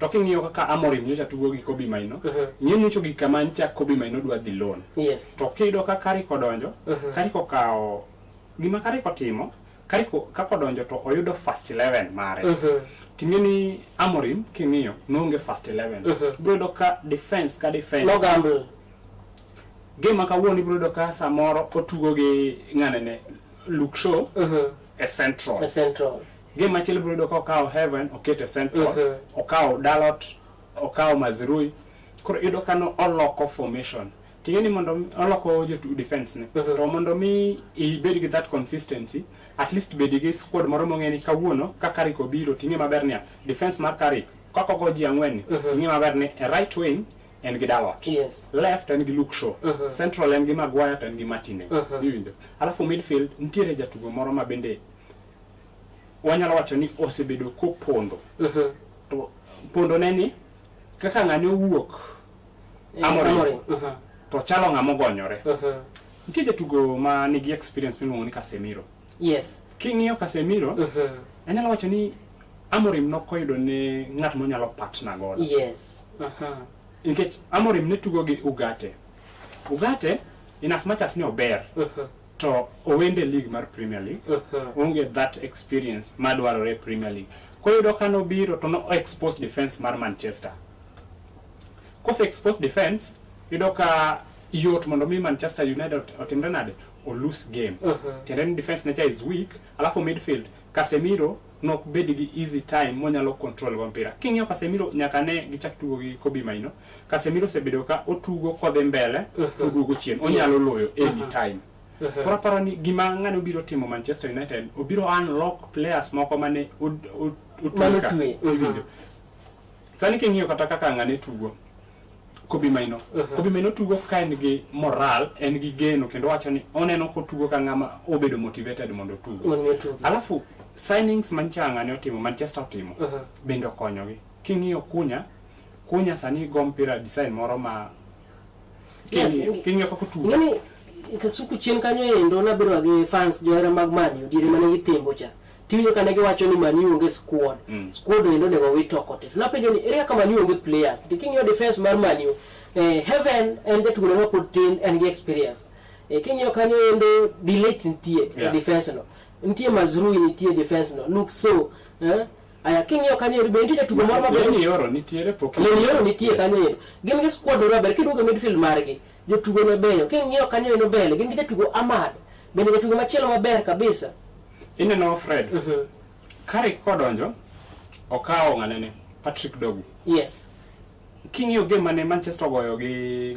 gi Arsenal ajaera mar Arsenal to adiera mantie ni mpira mane Man U go chieng'no na neno pogruok maduong' Dogu ne tugo koketo chunye ne ogo mpira makata gonde mane giloyo gonde go ko minyalo wacho niya adiera jogi to lowa to kao Dogu otero mbele odwoko chien tenen Carrick go mpira moro ma odwani o attack to defend o attack to defend mano formation masani ogoyo to jatugo Amad Diallo ber to samane gine AFCON yudo ka Manchester nyotero jotugo ang'wen AFCON Mbeumo Mazrui Diallo jotugo kana odhi ne giwe gap to weyo gi gap miyo Manchester ne struggle alafu Carrick ko biro to ng'iyo niya Maino ni ka keti ogo midfield to keto Casemiro man gi experience Casemiro ng'e maber ni odhi yudore kany alafu nitie bende jatugo moro wiwa wil godo ka Fred ma anyalo wacho ni osekonyo Manchester United Bruno Fernandes sani kwan munjo bende Manchester goyo munjo bende kiko kwan mar replacement mar Bruno di bedo nga Casemiro to sewuo ma en osewacho ni ka season rumo to munjo bende Manchester ng'iyo niya samo weni Carrick munjo bende ko kwan niya Bruno ko wuok nikech adiera mantie kopo ni Bruno wuok e midfield cha tichaki golo Casemiro in as much as ni Maino ber giwacho ni gin gi Kunya kata go 10 to aneno ka Kunya sani ka tugo to otugo maber ko wuok e wing molo kikete number 10 iwinjo Mount nitie no kele kaka number 10 to Kenya wacho ni Mount osebedo ka tugo expectation mare kata expectation mar club poko tugo kaluwore gi expectation mar club iwinjo koro aneno ka Carrick obiro to oloko formation ma Manchester. To gima wan loko godo shida mane ni Manchester en kelo Maino e midfield. Alafu ng'iyo ni onyalo bedo gi first 11 mane. Mane gima omiyo ineno ka lokruok maduong' ni Manchester. Manyiso ni chien kacha diere Amorim Man U ne onge kanyo endo team mabende yani nyalo panga ni wadhi gocho gi Arsenal. Team wacha kama kawaida maka ngato onge ten gi injury. But gi sani irido ka Carrick nyaka ne bi to but iparo ni ka Carrick odhi gi formation ni mbele pani ka uno gocho gi Tottenham. Wadhi ngendo dhi chalo kod gi nade. Mabende kora no ka gidhi en tugo manyalo bedo rahisi ne Manchester United okane kodhi bedo matek. Fred etuke aboro mokalo Manchester United pok oloyo ga Tottenham Hotspur. Lakini historia mpira en gima lokore. To kata ka historia en gima lokore, adawacho ni odiochieng' ma kawuono ananene mopogore. Aneno ka Manchester ok dhi bedo mayot mondo go Tottenham. Tiende niya Tottenham king'iyo osebedo gi duoko go iko maricho e Premier League sana. Ibrodo ka etuke auchiel mokalo pok oyudo loch. To kogoyo UEFA Champions League kendo tuga malong'o. To bende ok wanyal chayo Tottenham gi season ni kalore kaka gik moko timore kodgi. Nikech en gi injury. Kato king'iyo squad ma kawuono ni. Ido Gallagher. Gallagher oduogo e Premier League. Ma paro ni first game modhi goyo mar Premier League. Tottenham ka. To king'iyo kaka Gallagher ne tugo ka ne Chelsea mochako dhi Atletico manyo yae kobiro ka. Ibrodo ka formation ma Manchester ma Tottenham goyo. Ineno ka gikao Sar to gi ng'anene gi Gallagher gi Udoji gi kete gine e midfield. Alafu Palfinya ido ka gikao gikete ginene bende en biro defense but kan game ochakore dhi doko e midfield. Manyiso ni midfield ni dhigo gi ji adek. Sar, Gallagher to gi Palfinya. Tidhido ka samang Manchester obiro gi formation mineno Tottenham nigo ni. Manchester biro ka sani kigompira i attack to eno timore nade okuongo absorb. Owe tuga mpiji to obiro to liwi. Kenen Carrick nigi formation moro mane Ferguson ni godo cha. Ma king'iyo sani last minute goal. Ma sama Tottenham tugo kanyaka gibed very keen. Kik giyie ni Manchester nyalo kuongo loyo gi dakika mokuongo. Kokono loyo gi dakika mokuongo to kodhi bedo negi mayot. To Tottenham bende kiko ka advantage ni kaka ncho tugo gi Man City mane Gimuka modhi ariyo kuom ariyo. Odiochieng' ma kawuono be nyalo pogore ne. Lakini Thomas Frank bende king'iyo rekod mare gi Manchester United osebedo gi rekod maber. Koro mano miyo aneno ka tugo ma kawuono the best ma Manchester nyalo yudo e game ni en draw. Nitie tuke mamoko kata kamano ino tugo mabeda chaka dwani wangi kanindo matin kasuku en tugo mabeda bedi tim nero mar Sunderland ka chiel koda Arsenal. Ka indi king'iyo tim nero mar Sunderland kano chako league ne ober kendo timbe gi madongo ne ok chape kanyo indo. Iparo tugo ni dhi bedo nade bicho makawuono. Par koda ariyo. Erokamano Fred. We akunga somne janeno marwa fixtures ma kawuono kopogore fixture no ero mar Manchester United. Ka romo sa 12 kanyo wan gi tuke go iko ma Roma Beach midhi tugi. Tim no ero mar Arsenal dhi tugo kanyo gi Sunderland sa 12. FC Bournemouth dhi tugo gi Aston Villa sa 12. Burnley gi West Ham sa 12. Fulham kod Everton bende dhi tugo kanyo sa 12. Chelsea gi Wolverhampton bende dhi tugo kanyo sa 12. Alafu sa 2 gi nus wadhi bedo gi tugo nero e kind Newcastle to gi tim nero mar Brentford. Koro mapiyo Fred kawa luwo tuke gi ipenjo kanyo ero Arsenal to gi Sunderland. Fred nyalo wacho ni e tugo mar Sunderland gi Arsenal en tugo nero ma odhi bedo mayot ne Arsenal. Okawacho ni ne wacho kaka fan koso. Okay, king'iyo tugo mane Arsenal tugo gi Sunderland first leg no walk draw. To king'iyo tugo ni e teams me Premier League kagite season ni Sunderland kende team ma pod unbeaten dala. En team poko go dala. Timbe madongo go sebedo kosando. Alafu odiochieng' ma kawuono yudo ka jatugo ma nyocha oketo Sunderland mano biro miyo Sunderland teko ne en Granit Xhaka. Onyalo bedo maonge odiochieng' ma kawuono kalore gi wach noero mar injury.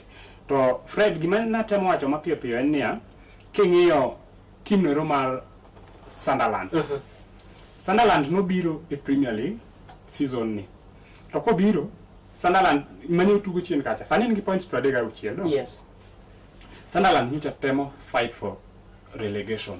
Notemo yudo points mondo kik otimre nade odog e lum. King'iyo sani kama Sunderland nitie, Sunderland dero ni namba 8 en gi points 36 to Arsenal namba 1 gi points 53. Tibro yudo ka sama Sunderland ni namba 8 kane timbe madongo osebedo kotugo godo to gogo draw. Alafu king'iyo Arsenal bende gimomiyo wacho ni tugo nya bedo ne mayot odiochieng' ma kawuono en dala to sama en dala advantage Arsenal bedo ga advantage. Manino go kanya. Manino go Arsenal dala. Mano be the only team mose go Arsenal dala.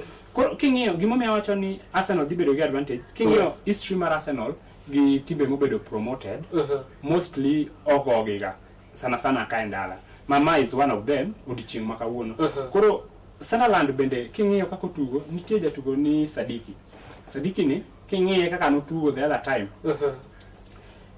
Emben jatugo manyaka bengi matut. Alafu sani injury Manchester Arsenal ni godo bende koro odok chien. Odiochieng' ma kawuono aparo ni jatugo manyalo bedo ni onge ok ginyal kalo jotugo ariyo. Kasuku ngeni Arsenal king'iyo sani ndanyalo paro ni king'iyo squad mag timbe go kuma tuge pe league no mar England. Yes. Anyalo wacho ni for the last 3 season. Yeah. Ateta Den Guardiola dosaka kombe nyadidek moluor. Nikech squad mar Arsenal osabedo mag Teto Sabil for the last 3 seasons. En squad na bende no beni kata mana na ge sani kata ben ni wang ni okaw league. To nego beno chako kaw league no ndo deri moluor mbele. Fred mana gi kanyo. The problem mar Arsenal kapo kile mabor. Intiere inyalo bedo gi squad. Yes. Manigi players master. Tionge squad depth. Hiwinjo. Pogruok ma Arsenal ligo season ni gi the other 2 seasons. Arsenal ligo squad depth season ni. Tiende ni king'iyo bench mar Arsenal ma season ni nitiere jotugo manigi nyalo loko game. But last season kata king'iyo Fred, let's say ni jatugo moro hinyore. Bench mar Arsenal kano pong to pong gi defenders. Hiwinjo. To sani in gi bench manigi players ma ingadiera ni kikele pap to nyalo loko game. Hiwinjo. Koro sami wacho ni Arteta osebedo ni nigi thuolo mar nyalo kawo godo league seasons ariyo mokalo. Niane kata mana obiro pod. Yes. Niane niya sama player oyudo injury. To ni tegemea player. Same thing timore Liverpool. Yes. Liverpool nigi squad samongweni molo any other club e Premier League. One names, not squad. Yes. No names go. Any names go. Temenia kasugi nje player makilungu ni samoro. Tinyalo yen player ma league. Yani gimi expect kuome. Inyalo ka en gimo poko. So current expectation mi weni emo in Liverpool. Tendenia king kawo jatugo kaka tena ka Liverpool non. Pola na Arsenal ka. Yes. Awete kwa kanya ndo ni tija tugo. Ma samoro inyore. To tegemea. Ingen kasugo seasons lokore. Yeah. Kaka sani okada wuondi. Okandera ma Arsenal. But anyo go weche mag tuke follow teams. Yes. Team mar Arsenal ido ka gima ne timore kuom Liverpool timore kuomgi. Yes. Most of the players mag Arsenal or depend kuom jatugo Saka. Koro Kenyo Odegaard. Yes. Koma kompira ngato biro tingo bade kocha but first touch ne odwaga ni nyaka dhir Saka. Koro ineno to kenyo form mar Saka sani. Yes. Saka ne piny. Fred adwa yie kodi to bende adwa tamora kodi. Wachak kama. Last season. Yes. King'iyo wachak gi gineno goalkeeping mar Arsenal. Last season goalkeeper ne Raya. Yes. Ngama ne oteno bang Raya ne last season. Yes. Okanyal ng'e but aparo ni iluongo ni nyingo ni nyaka nyendo matin but kinyo kanyo timu ro mar Arsenal. Yes. Koro wang'e squad gi modire. Dong wachako koro kachiel achiel. King'iyo sani Arteta nigi Kepa. Yes. Kepa is experienced. An experience, yes. Onge maber ni kopo ni osebede ni kopo ni Rayo hinyore tin gi nga in gi Kepa in very safe. Kiwe man nikech last season ibro yudo ka Hein emane bedo kaka jalup. Yes, yes. Jalup Raya. To Hein pok notugo kata Premier League. Madawi wach ni en gi experience mar Premier League. Kibire right back Arsenal ne nigi Timber no hinyore like the whole season. Ne wadipendir White. Sani kana Arteta duogo okelo White nitie, Timber nitie. Manyiso ni backup nitie. Kidok left koni William Skelly to gi Calafiori. Yes. Midfield ni central defense ka wan gi Mosquera, wan gi Saliba, Incapi gi nani gi Saliba gi Gabriel. Alafu last season ibro do kane wan gi defender achiel mane nyalo dependire. Kopo ni Saliba ohinyore to inyalo wacho ni adependir ng'ane Kiwior. Mabeni watero lon. Yes. Alafu kibire midfield Ateta odugo reinforce midfield. Alafu wing ngeni la season Ateta ne onge backup mar Bukayo Saka. Season ni nokelo Madueke. Alafu wing makoni Trossard koro nitie gi Martinelli. Yes. Alafu attacking ne waonge striker. Mabe kata sani striker manitie. King formation wanyalo chayo ngane Gyökeres poko loyo gonde. But again nitiere gik moko mowinjo bende wang'iyo. Kantie jaera mar adhula mosebedo kin kaka Arsenal osebedo katugo sama Gyökeres ogole pap to rwak Jesus. Always Arsenal nyaka concede goal. Why? To sama tendania sama ogolo Gyökeres defenders relax. Yes. Kaya Havertz anoseduogo ano kuduga kwa striker. Yes. Mano ngeni last season ne wan mana gi Havertz gi Jesus. Havertz ko inyore to idong mana gi Jesus. To Jesus no be ko inyore to diga oko like all season. Kaka season ni the whole season Jesus ne ni oko. Koro aneno ka squad depth is the only difference masani Arsenal okelo e squad mare mopogore gi ma last season. Ndije tugo Eze. Yes, Eberichi Eze. Ende tugo mane berna sana. Kenda nyalo wacho ni kaka jara mar Liverpool no deko. Instead mon Liverpool ne laware gi manyo Wits kuchuchu. Yeah. To neno go bengi kaw Eze. Eze gi Odegaard. Aneno ni Eze nyalo bedo maber moingo Odegaard, but most of the Arsenal fans to pinga ni Eze game otame Arsenal completely. Fred game okanya teno tamo nini Eze. Game okotamo Eze. Formation ma Arsenal goyo emo pogore. Yes. Tendenia Eze dwaro ga formation moro ma ingeni king'iyo kaka Arsenal tugo. Arsenal tugo from the wing. To Eze en ga player moro magoga mpich gi dier pap. Yes. King'iyo kata ng'ato kaka Christian Norgard ma sani oketo kaka gine mar Zubimendi. Zubimendi. Backup mar Zubimendi. King'iyo ka otugo sama gitugo gi Eze nigi freedom moloyo ka Zubimendi tugo gi Eze. Tendenia Norgard onge maber ni Eze ni e mbele ne. Winjo be ni imi empira. To kidugi chaki yudo jatugo kaka Merino bende nigi the same thing. Odegaard beda problem ni Arsenal ni sama Odegaard ni pap oparo ga kuonde adi. Ariyo. Odegaard paro ga Saka. Yes. To gi the other wing. Okong'e ni wan gi striker. Mamano okinyal blame ne Gyökeres. Okinyal expect mondo Gyökeres odhi mpira defense to bimo odhi olo. Iwinjo. Koro Eze nitiere games ma kiketo Eze bro tugo ni. Alafu sami ng'iyo ni Eze ni pap. Winjo be ni ng'iyo ni players mage moluoro Eze to formation ma itugo ni be Eze nyalo nyale. Yes. Mano kaka dhichalo kanyo endo niti tuke mitugo. Wada kano weka yue matin kwa duka Kasuku. Chelsea betugo gi Wolves kawuono. Wada ng'iyo to Chelsea bende pani Chelsea bende chobilo coach. Wada ng'iyo to nyaka no wil coach weche dhi kode nade kanyo endo janeno mar Kala TV bende meda kete kaendi wa modh pi matin. Ka waduogo to wadhi nyime kendo waduogo tielo mogik koro ma bende watiko go chendo ni endi.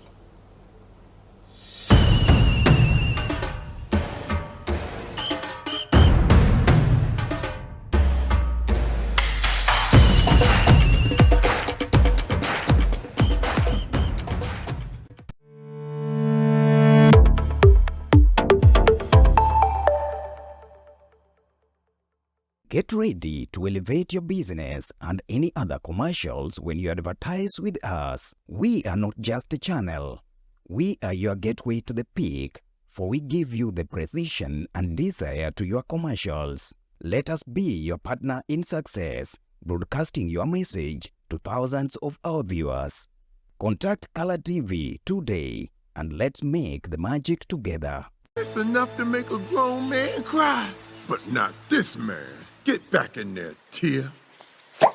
Tok yudo thuolo mar ng'eyo mathoth kowuok kuom jopuonjewa e sikunde ka iduogo pacho, warwaki kod chenro mamit molosi mana ne in iwuon mar kweyo pachi kaka nyathi.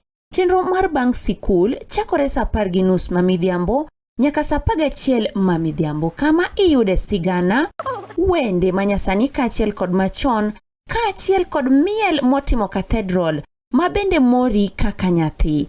Bang' skul, chenro manigi mor lilo ne nyithindo duto. Kala TV, machiegni pacho ma e odwa.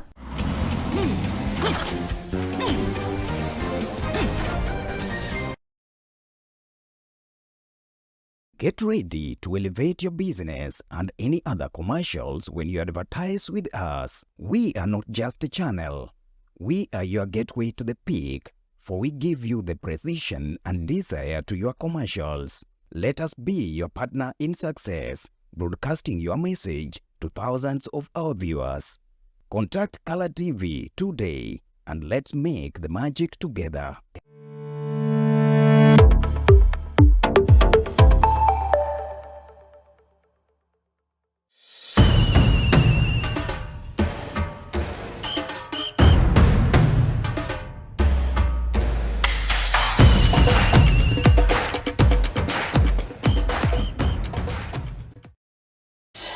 Machiegni kendo janeno mar Color TV kendo koro wachomo kama walunge cheno ni endi kanyendo Kasuku nitie penjo mano penje mbui mar Facebook ka otenore kanyo kod tugo nero mar Man U kaachiel koda tim nero mar Tottenham. Yes. En tugo mosamoki kendo dhi nyime gi sani endi. Robert Matano uda waneno wacho kanyo ni Man U kichwa kanyo endo Jono Tunge kani seme no wacho ni enana draw kanyo enda mudhi tugo nero ka George Benja Wood koduogo wacho ni Man U moneno ka dhi loyo kanyo endo mago makumo timo bende oyase ur kanyo endo Thomas Chinku bino wacho ni en kanyo endo warito ne to dhi chalo nade kanyo endo tugo endo mano ma aneno ka joera mag kala temo oro ote aneno Anthony Obugo Anthony Obugo wacho ni amos ne ja Arsenal Anthony akawo mos kendo tugo no ero madhi nyime kind Manchester gi Tottenham en dakika mar 4 to pok gilore nyaka sani. Yes, mapio Fred ne wacho ni kwa duogo to wadhi mulo tugo no ero manie kind Wolverhampton kod Chelsea. Yes, Fred Wolverhampton loko oginene osebedo ka struggle e league masani nyaka sani ene mo oywa goro e league no ero gi alama maro maboro. Yes.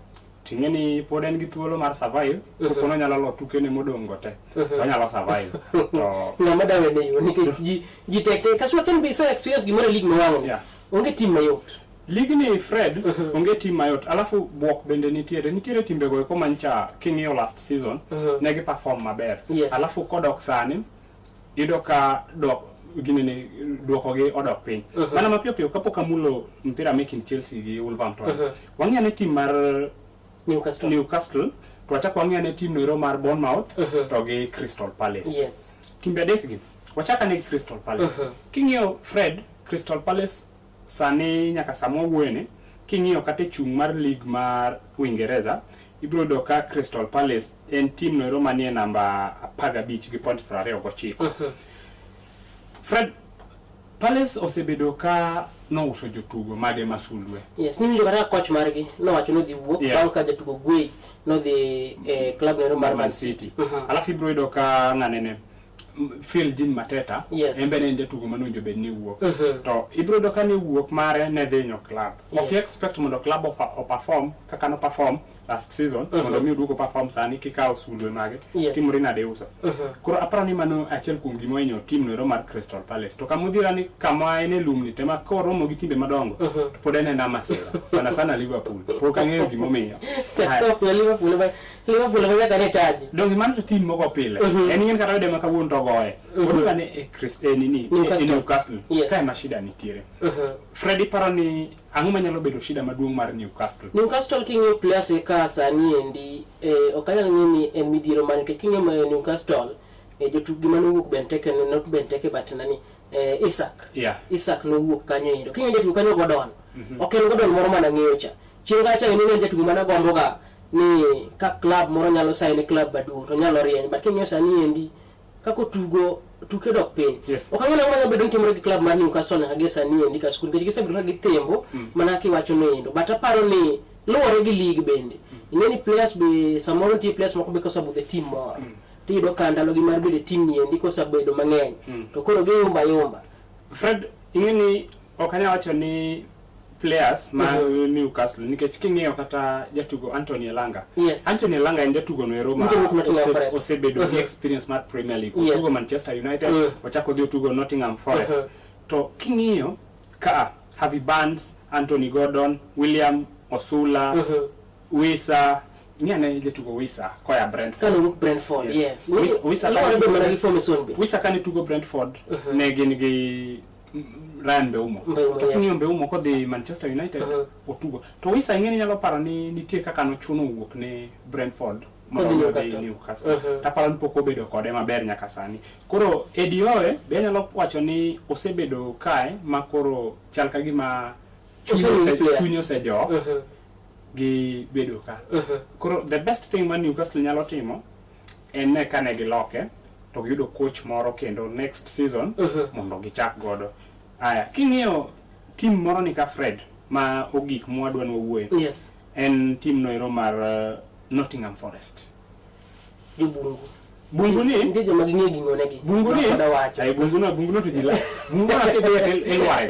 Kata ini sebedo kelware bungu kana. Kana ga bas na team. Bas na rane to kana e bungu. King'iyo Nottingham Forest. Yes. Midhiero mar Nottingham Forest aparo ni obedo sama Nottingham onyiew players mang'eny. Yes, they also players. They also most of the players mancha again. Then nyiepo be ginyepo.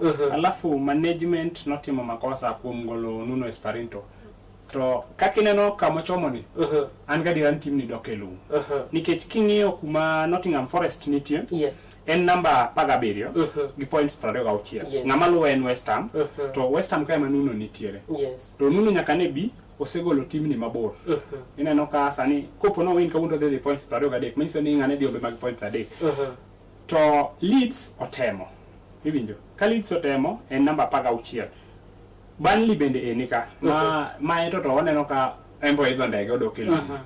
Koro kasuko games pod ng'eny. Yes. To pani chinga nyanya nyisi ni king'iyo league mawang'ni onge team mayot. King'iyo team mar Leeds, team mar Fulham. Gin timbe go mabedo wano wuok mager. Team kata ma team mar Bournemouth mi wacho ni dok chien. Team manyalo wacho ni dok chien en Brighton. Wacho dok chien, but Bournemouth king'iyo speed mar ka gisebedo ka gitugo gin maber. Bournemouth bing'eni ok wanyal sayo nikech Bournemouth be osejotugo. Yes. Osejotugo mage masulu mancha en godo last season. Wachak mana gi Kepa jagolero nito wuok. Gidhi ginene Solanke nitie nodhi. Aya chak iduogo yudo ng'anene modhi Liverpool ni. Milos Kekes. Yes. Alafu gi defender magi uso Real Madrid Hossein. Brodo ka mano kende no wuoyo club. Koro waparo ni geno nitiere. Aya Fred Wamula ne mpich Chelsea. Yes, Chelsea gocho gi Wolves kanyo endo sa en sadi sa pagario. Namba sa pagario? Yes, sa pagario. Chelsea rawe bere kanyo endo kona timu ero mar Wolves. Chelsea bende king'iyo kanyo endo kasuka nyalo wacho ni nyaka ne giwil coach. Gimbe chalo ka gima rieny moro chalo ka gima neno ne gima tin.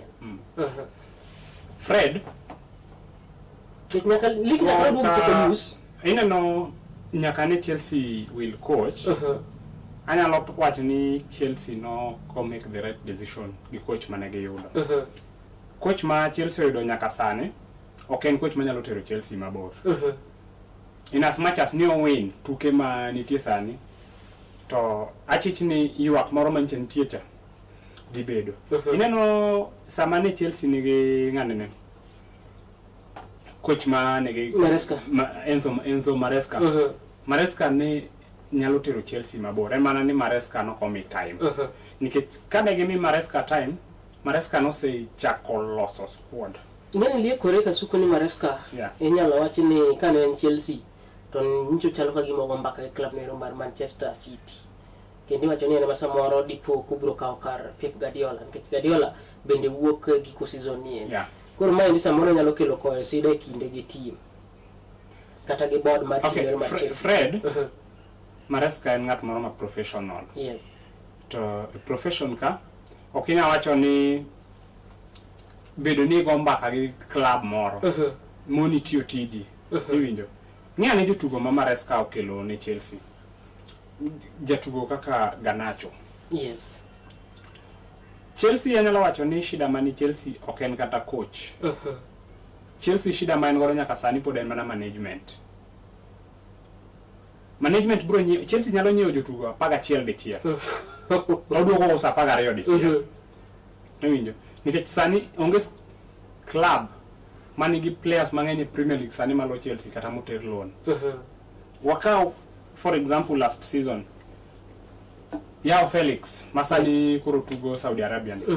Kane en Chelsea neno ni Felix ok en jatugo manyalo go mpira. Sani kowuok onyiso gima en. Chelsea nicho nyiepo to nyiepo ni defense mar Chelsea apani pod nitie shida maduong'. Okapar kana ni en players ni negi nyiepo players, but the only thing mang'eni timore gi Chelsea koka kora kasuku. Yes. And experience. Chelsea nigi and in fact Chelsea bende en team moro mabila paro ni ko bedo maintain to nyalo biro chalo squad ma Arsenal nego sani.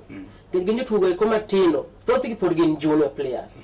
Ema nyalo wacho ni shida mantie kanyo nikech kanyo jotugo ma Arsenal nyalo wacho ni experience Chelsea en simiti magin gi dier pa Caicedo mabila nyalo wacho ni sani the best midfielder league no mana mar England. Maonge clay jotugo nyalo pimo ga Fred experience katiwuoyen ng'anene Enzo Fernandez nigi experience mar Premier League. Gima tamo wacho niya Chelsea no overspend iwinjo kose overspend players to bedo gi players makoro kiani otugi player mane to we player mane iwinjo koro ma dhi kelo confusion ne coach kisemiyo coach jotugo mang'eny makata en koro kiani otugi mane. Let's watch up game midfield mar Chelsea. Romero Lavia setugo Premier League. But Lavia go Southampton. Yes. Ka di Chelsea poko bedo bagiot mar tugo nikech injury okete piny. Yes. To kata kiwe Lavia Chelsea nigi ng'anene Bonabati mane chagi kawo nini ma odok loan ni. Ineno kano kele onge kata gimo odugo time squad. Yes. To king attacking mar Chelsea wan gi Pedro Neto, wan gi ng'anene Estavo. Alafu wan gi ng'anene Dilap. Ere tiende ne Chelsea kawo Nicholas Jackson Terlon to gidong gi Dilap ma ok nyal loyo gonde marom gi mane ng'ane timo. Mane Jackson timo. Yini as much as ni Jackson ne maybe all lose chances but threat ma striker nyalo tero ne defenders kani ng'iyo physicality ng'anene nigi that Nicholas Jackson ne ng'at moro mok ni nyal predict but Dilap en ng'at moro minyalo predict iwacho ni adhi ng'iyo move mar Dilap owuok gi kakodhi iwinjo. Koro mano be is another thing ma Chelsea obedo godo en gi players mang'eny ma okiani player mane ma should be playing at what time. Game gi Wolves pare ni gidhi chamo ama to gidhi win kendo Chelsea dhi go Wolverhampton gonde mok tin ni adek. Tugo machielo en tugo ma bende kiny mana bao dakika moko madero mabich katika suku. Manchester City kiny gocho gi Liverpool. Yes. Mano tugo ma bende kiny duong' malich mokala lapto kinero ma Anfield e kacha ine. Liverpool nyaka season ni negi chako maber ma joera gi kaka na chil kuom ginwago koko ni ligi ne wanoyo. Kata kamano yendo bang' piche moko abich weche no kethore gi Liverpool kanyo yendo. Anyalo wacho ni en tim ma bende kinyo kanyo yendo sani ndi form mar dok chien. Chiang ane go kanyo yendo. Kinyo sana anyalo wacho ni defense mar Liverpool sano nego en defense monego beni muko te. Kanyo te. Fred. Defense mar Liverpool podo kanya wacho ni nyamuk sani. Kinyo yo ma ng'ane tugo godo Liverpool Van Dijk. Okinyal wacho ni gisani koponu gole. Okunyal yudo replacement mare immediately. Wang'iyang'ie gini Fred. Games ma Van Dijk osebedo kagoyo. Yes. Kagin gi Konate. Shida mabedo ka Konate tugo Liverpool en gi Paradi ariyo. Parachano sagi Real Madrid no segolo pache. Kata bed ni Real Madrid no segolo pache. Fred kaja tugo senyiso ishara ni anto padwa be. Mano ja tugo mok nyal tugo ne club ka en gi paro mare mar tugo ne club no. Yes. Iwinjo. Koro oka bi seyo defense mar Liverpool. But abi seyo slot. Nango ibro doka slot Salah osebedo mo Salah osetugo Liverpool for more than 5 seasons. Yes. To all along Salah osebedo ka tingo Liverpool. Okay, okwadagi ni form mar jatugo rumo. Salah bende en dhano form ne nyalo dok piny. Yo confirm but the only problem meaning forward no. Yes. Forward no change. Yes, forward no change. To treatment mitimo ne Salah. Okay, treatment ma inyalo timne jatugo ma inyalo luong ne legend. Nikech sani Salah en legend mar Liverpool. Ineno sani ungi nani Gakpo. Yes. Gakpo. Ungi Wits. Ungi nani Isak. Togi Eketike. Kana Eketike odonjo formation mar Liverpool no dio change. Nikech Eketike dungu keto ka central. Yes. To sistema ko bonya ya wing. Gakpo nitie. Tiende niya sama utugo gi Gakpo obvious ngane dhi bedo kwa sala. Gakpo ringe wing 7. Yes. Kinyo sala ringe wing 7 Gakpo sani blanda manyalo wacho ni no bedo and the first mistake ma Liverpool kungo team en weyo Dias dhi. Mane gima nadwa koni next. Nikech kinyo Gakpo mwa depend kuome. Oko deliver. Yeah. In fact nitie kijana matin no bende nyalo wacho gani tong nyalo wane ko chi sim to dasa wuoyo gi Anslot mondo miega thuolo kata kikele kata kodonda ka 40 kata ka 30 to mi kata timi miso tugi en te tugo ma nyalo chako defense iluongo ni Rio Nguma anyalo wacho ni style no chapo go defenders kinyo Gakpo is very soft. Koro inano Fred Gakpo anyalo wacho ni mistake mane Liverpool otimo ne en weyo Luis Diaz. Yes. Weyo Diaz no weyo gap maduong' tena ni ukel uweyo dhi akudo replacement mare. Yes. Dine bed ni uyudo replacement mar Diaz to wacho ni Diaz ero dhi. Alafu Diogo Jota be kaka no wuok nitiere gap moweyo. Yes. In as much as ni Eketike ber to gap mane Jota oweyo. Alafu Luis Diaz bende kaka no weyo Diaz odhi to chako weyo Darwin Núñez. Núñez ingeni wacho ga nitie jatugo moro ma kata okolo to bedo ne kanyo is very key. Chalo gi Núñez. Núñez kane tugo the other time ne en ng'at moro ma kata okolo lakini ibro neno ka defense nigi yokni winjo. Koro inyalo create opportunity ne jok moko monolo. Koro aparo ni formation no mar slot ema inyo slot and then kako treat senior players bende medo inye. Tie jatugo Joe Gomez ok aneka anyalo wacho ni en jatugo mokunjo beni tugo Liverpool. Osetugo Liverpool for long, onge gima Liverpool en. Koro defense ma Liverpool ok nyaywa.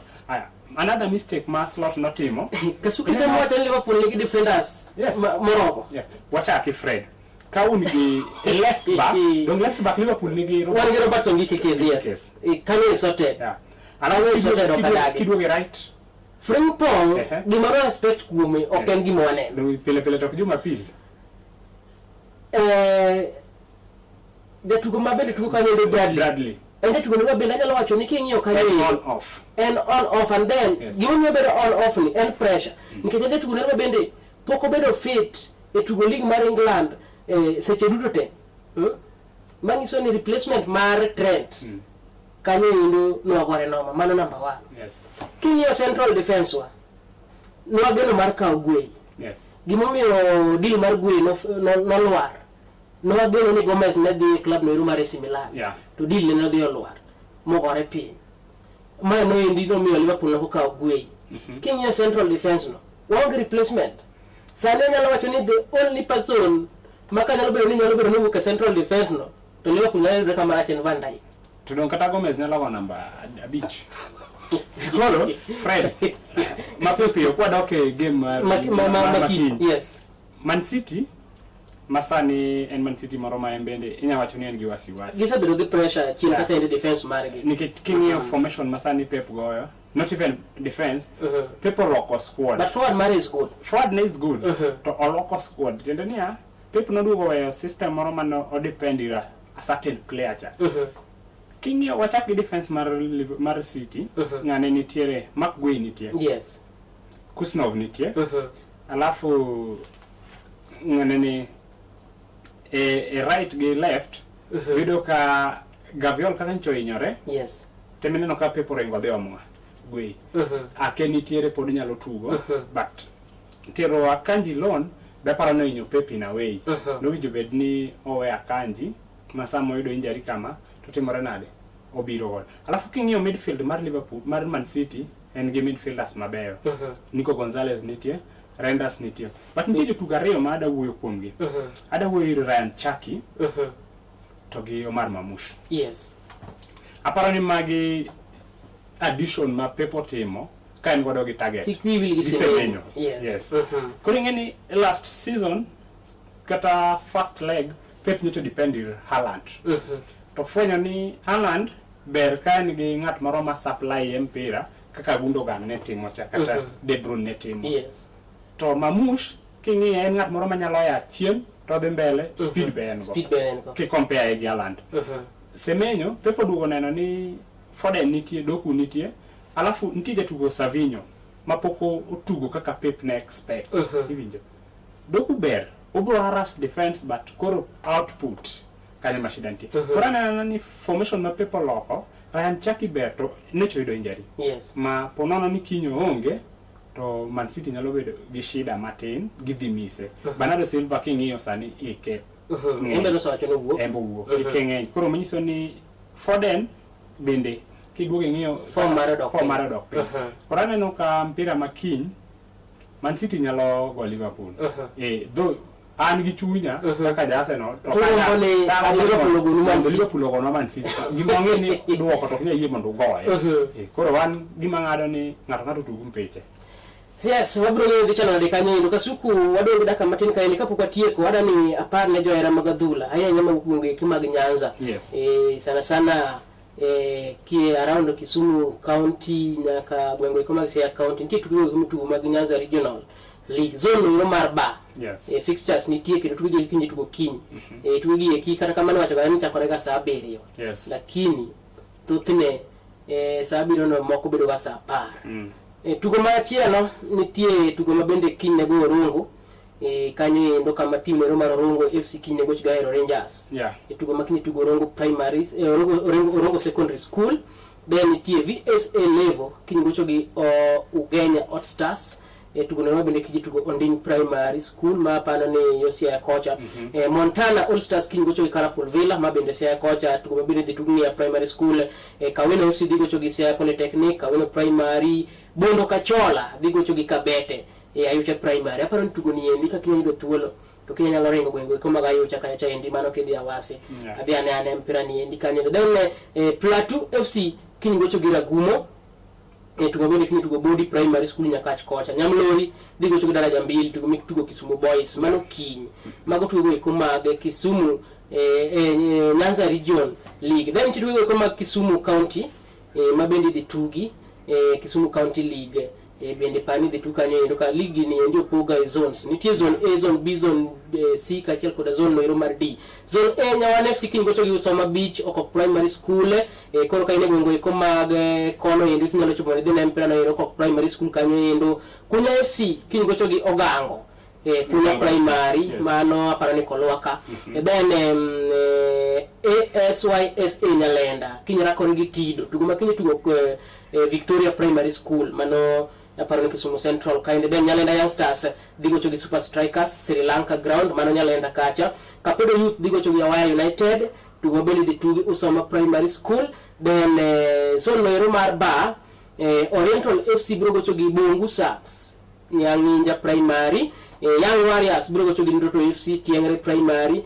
Liye brogo chogi Abason FC Liye Primary. Kanyakwar digo chogi Kisian Youth tugo beli di tuka endo Barogwal Primary School. Azuri FC digo chogi Kisumu Green Barretts Pap Kadundo ground kacha endi. Then zone ero mar C Rabuor United kinyi gocho gi Marega FC tugo makinyi tugo Rabuor Primary School kacha endi. Kindu FC digo chogi Yawo FC Kindu Primary School. Wagai digo chogi timu ero mar Yang Maiya maendi idhi tugo Wagai Primary School kacha tugo mabena nyalo wacho no odhi chalo gimodhi bedo dabi moro kanyo matin nikech Wagai wuok Ombei Ward Yang Maiya wuok Miwani but gichalo jirani gin jirani machiegni en dabi kanyo mapek mokalo. Then Bomas digo chogi Migingo Njeku Primary School magi tuko mamoko mabende tugo kanyo endo Sub County League makisumu kaendi. Chemelil roundabout buro chogi Koro United Zone D.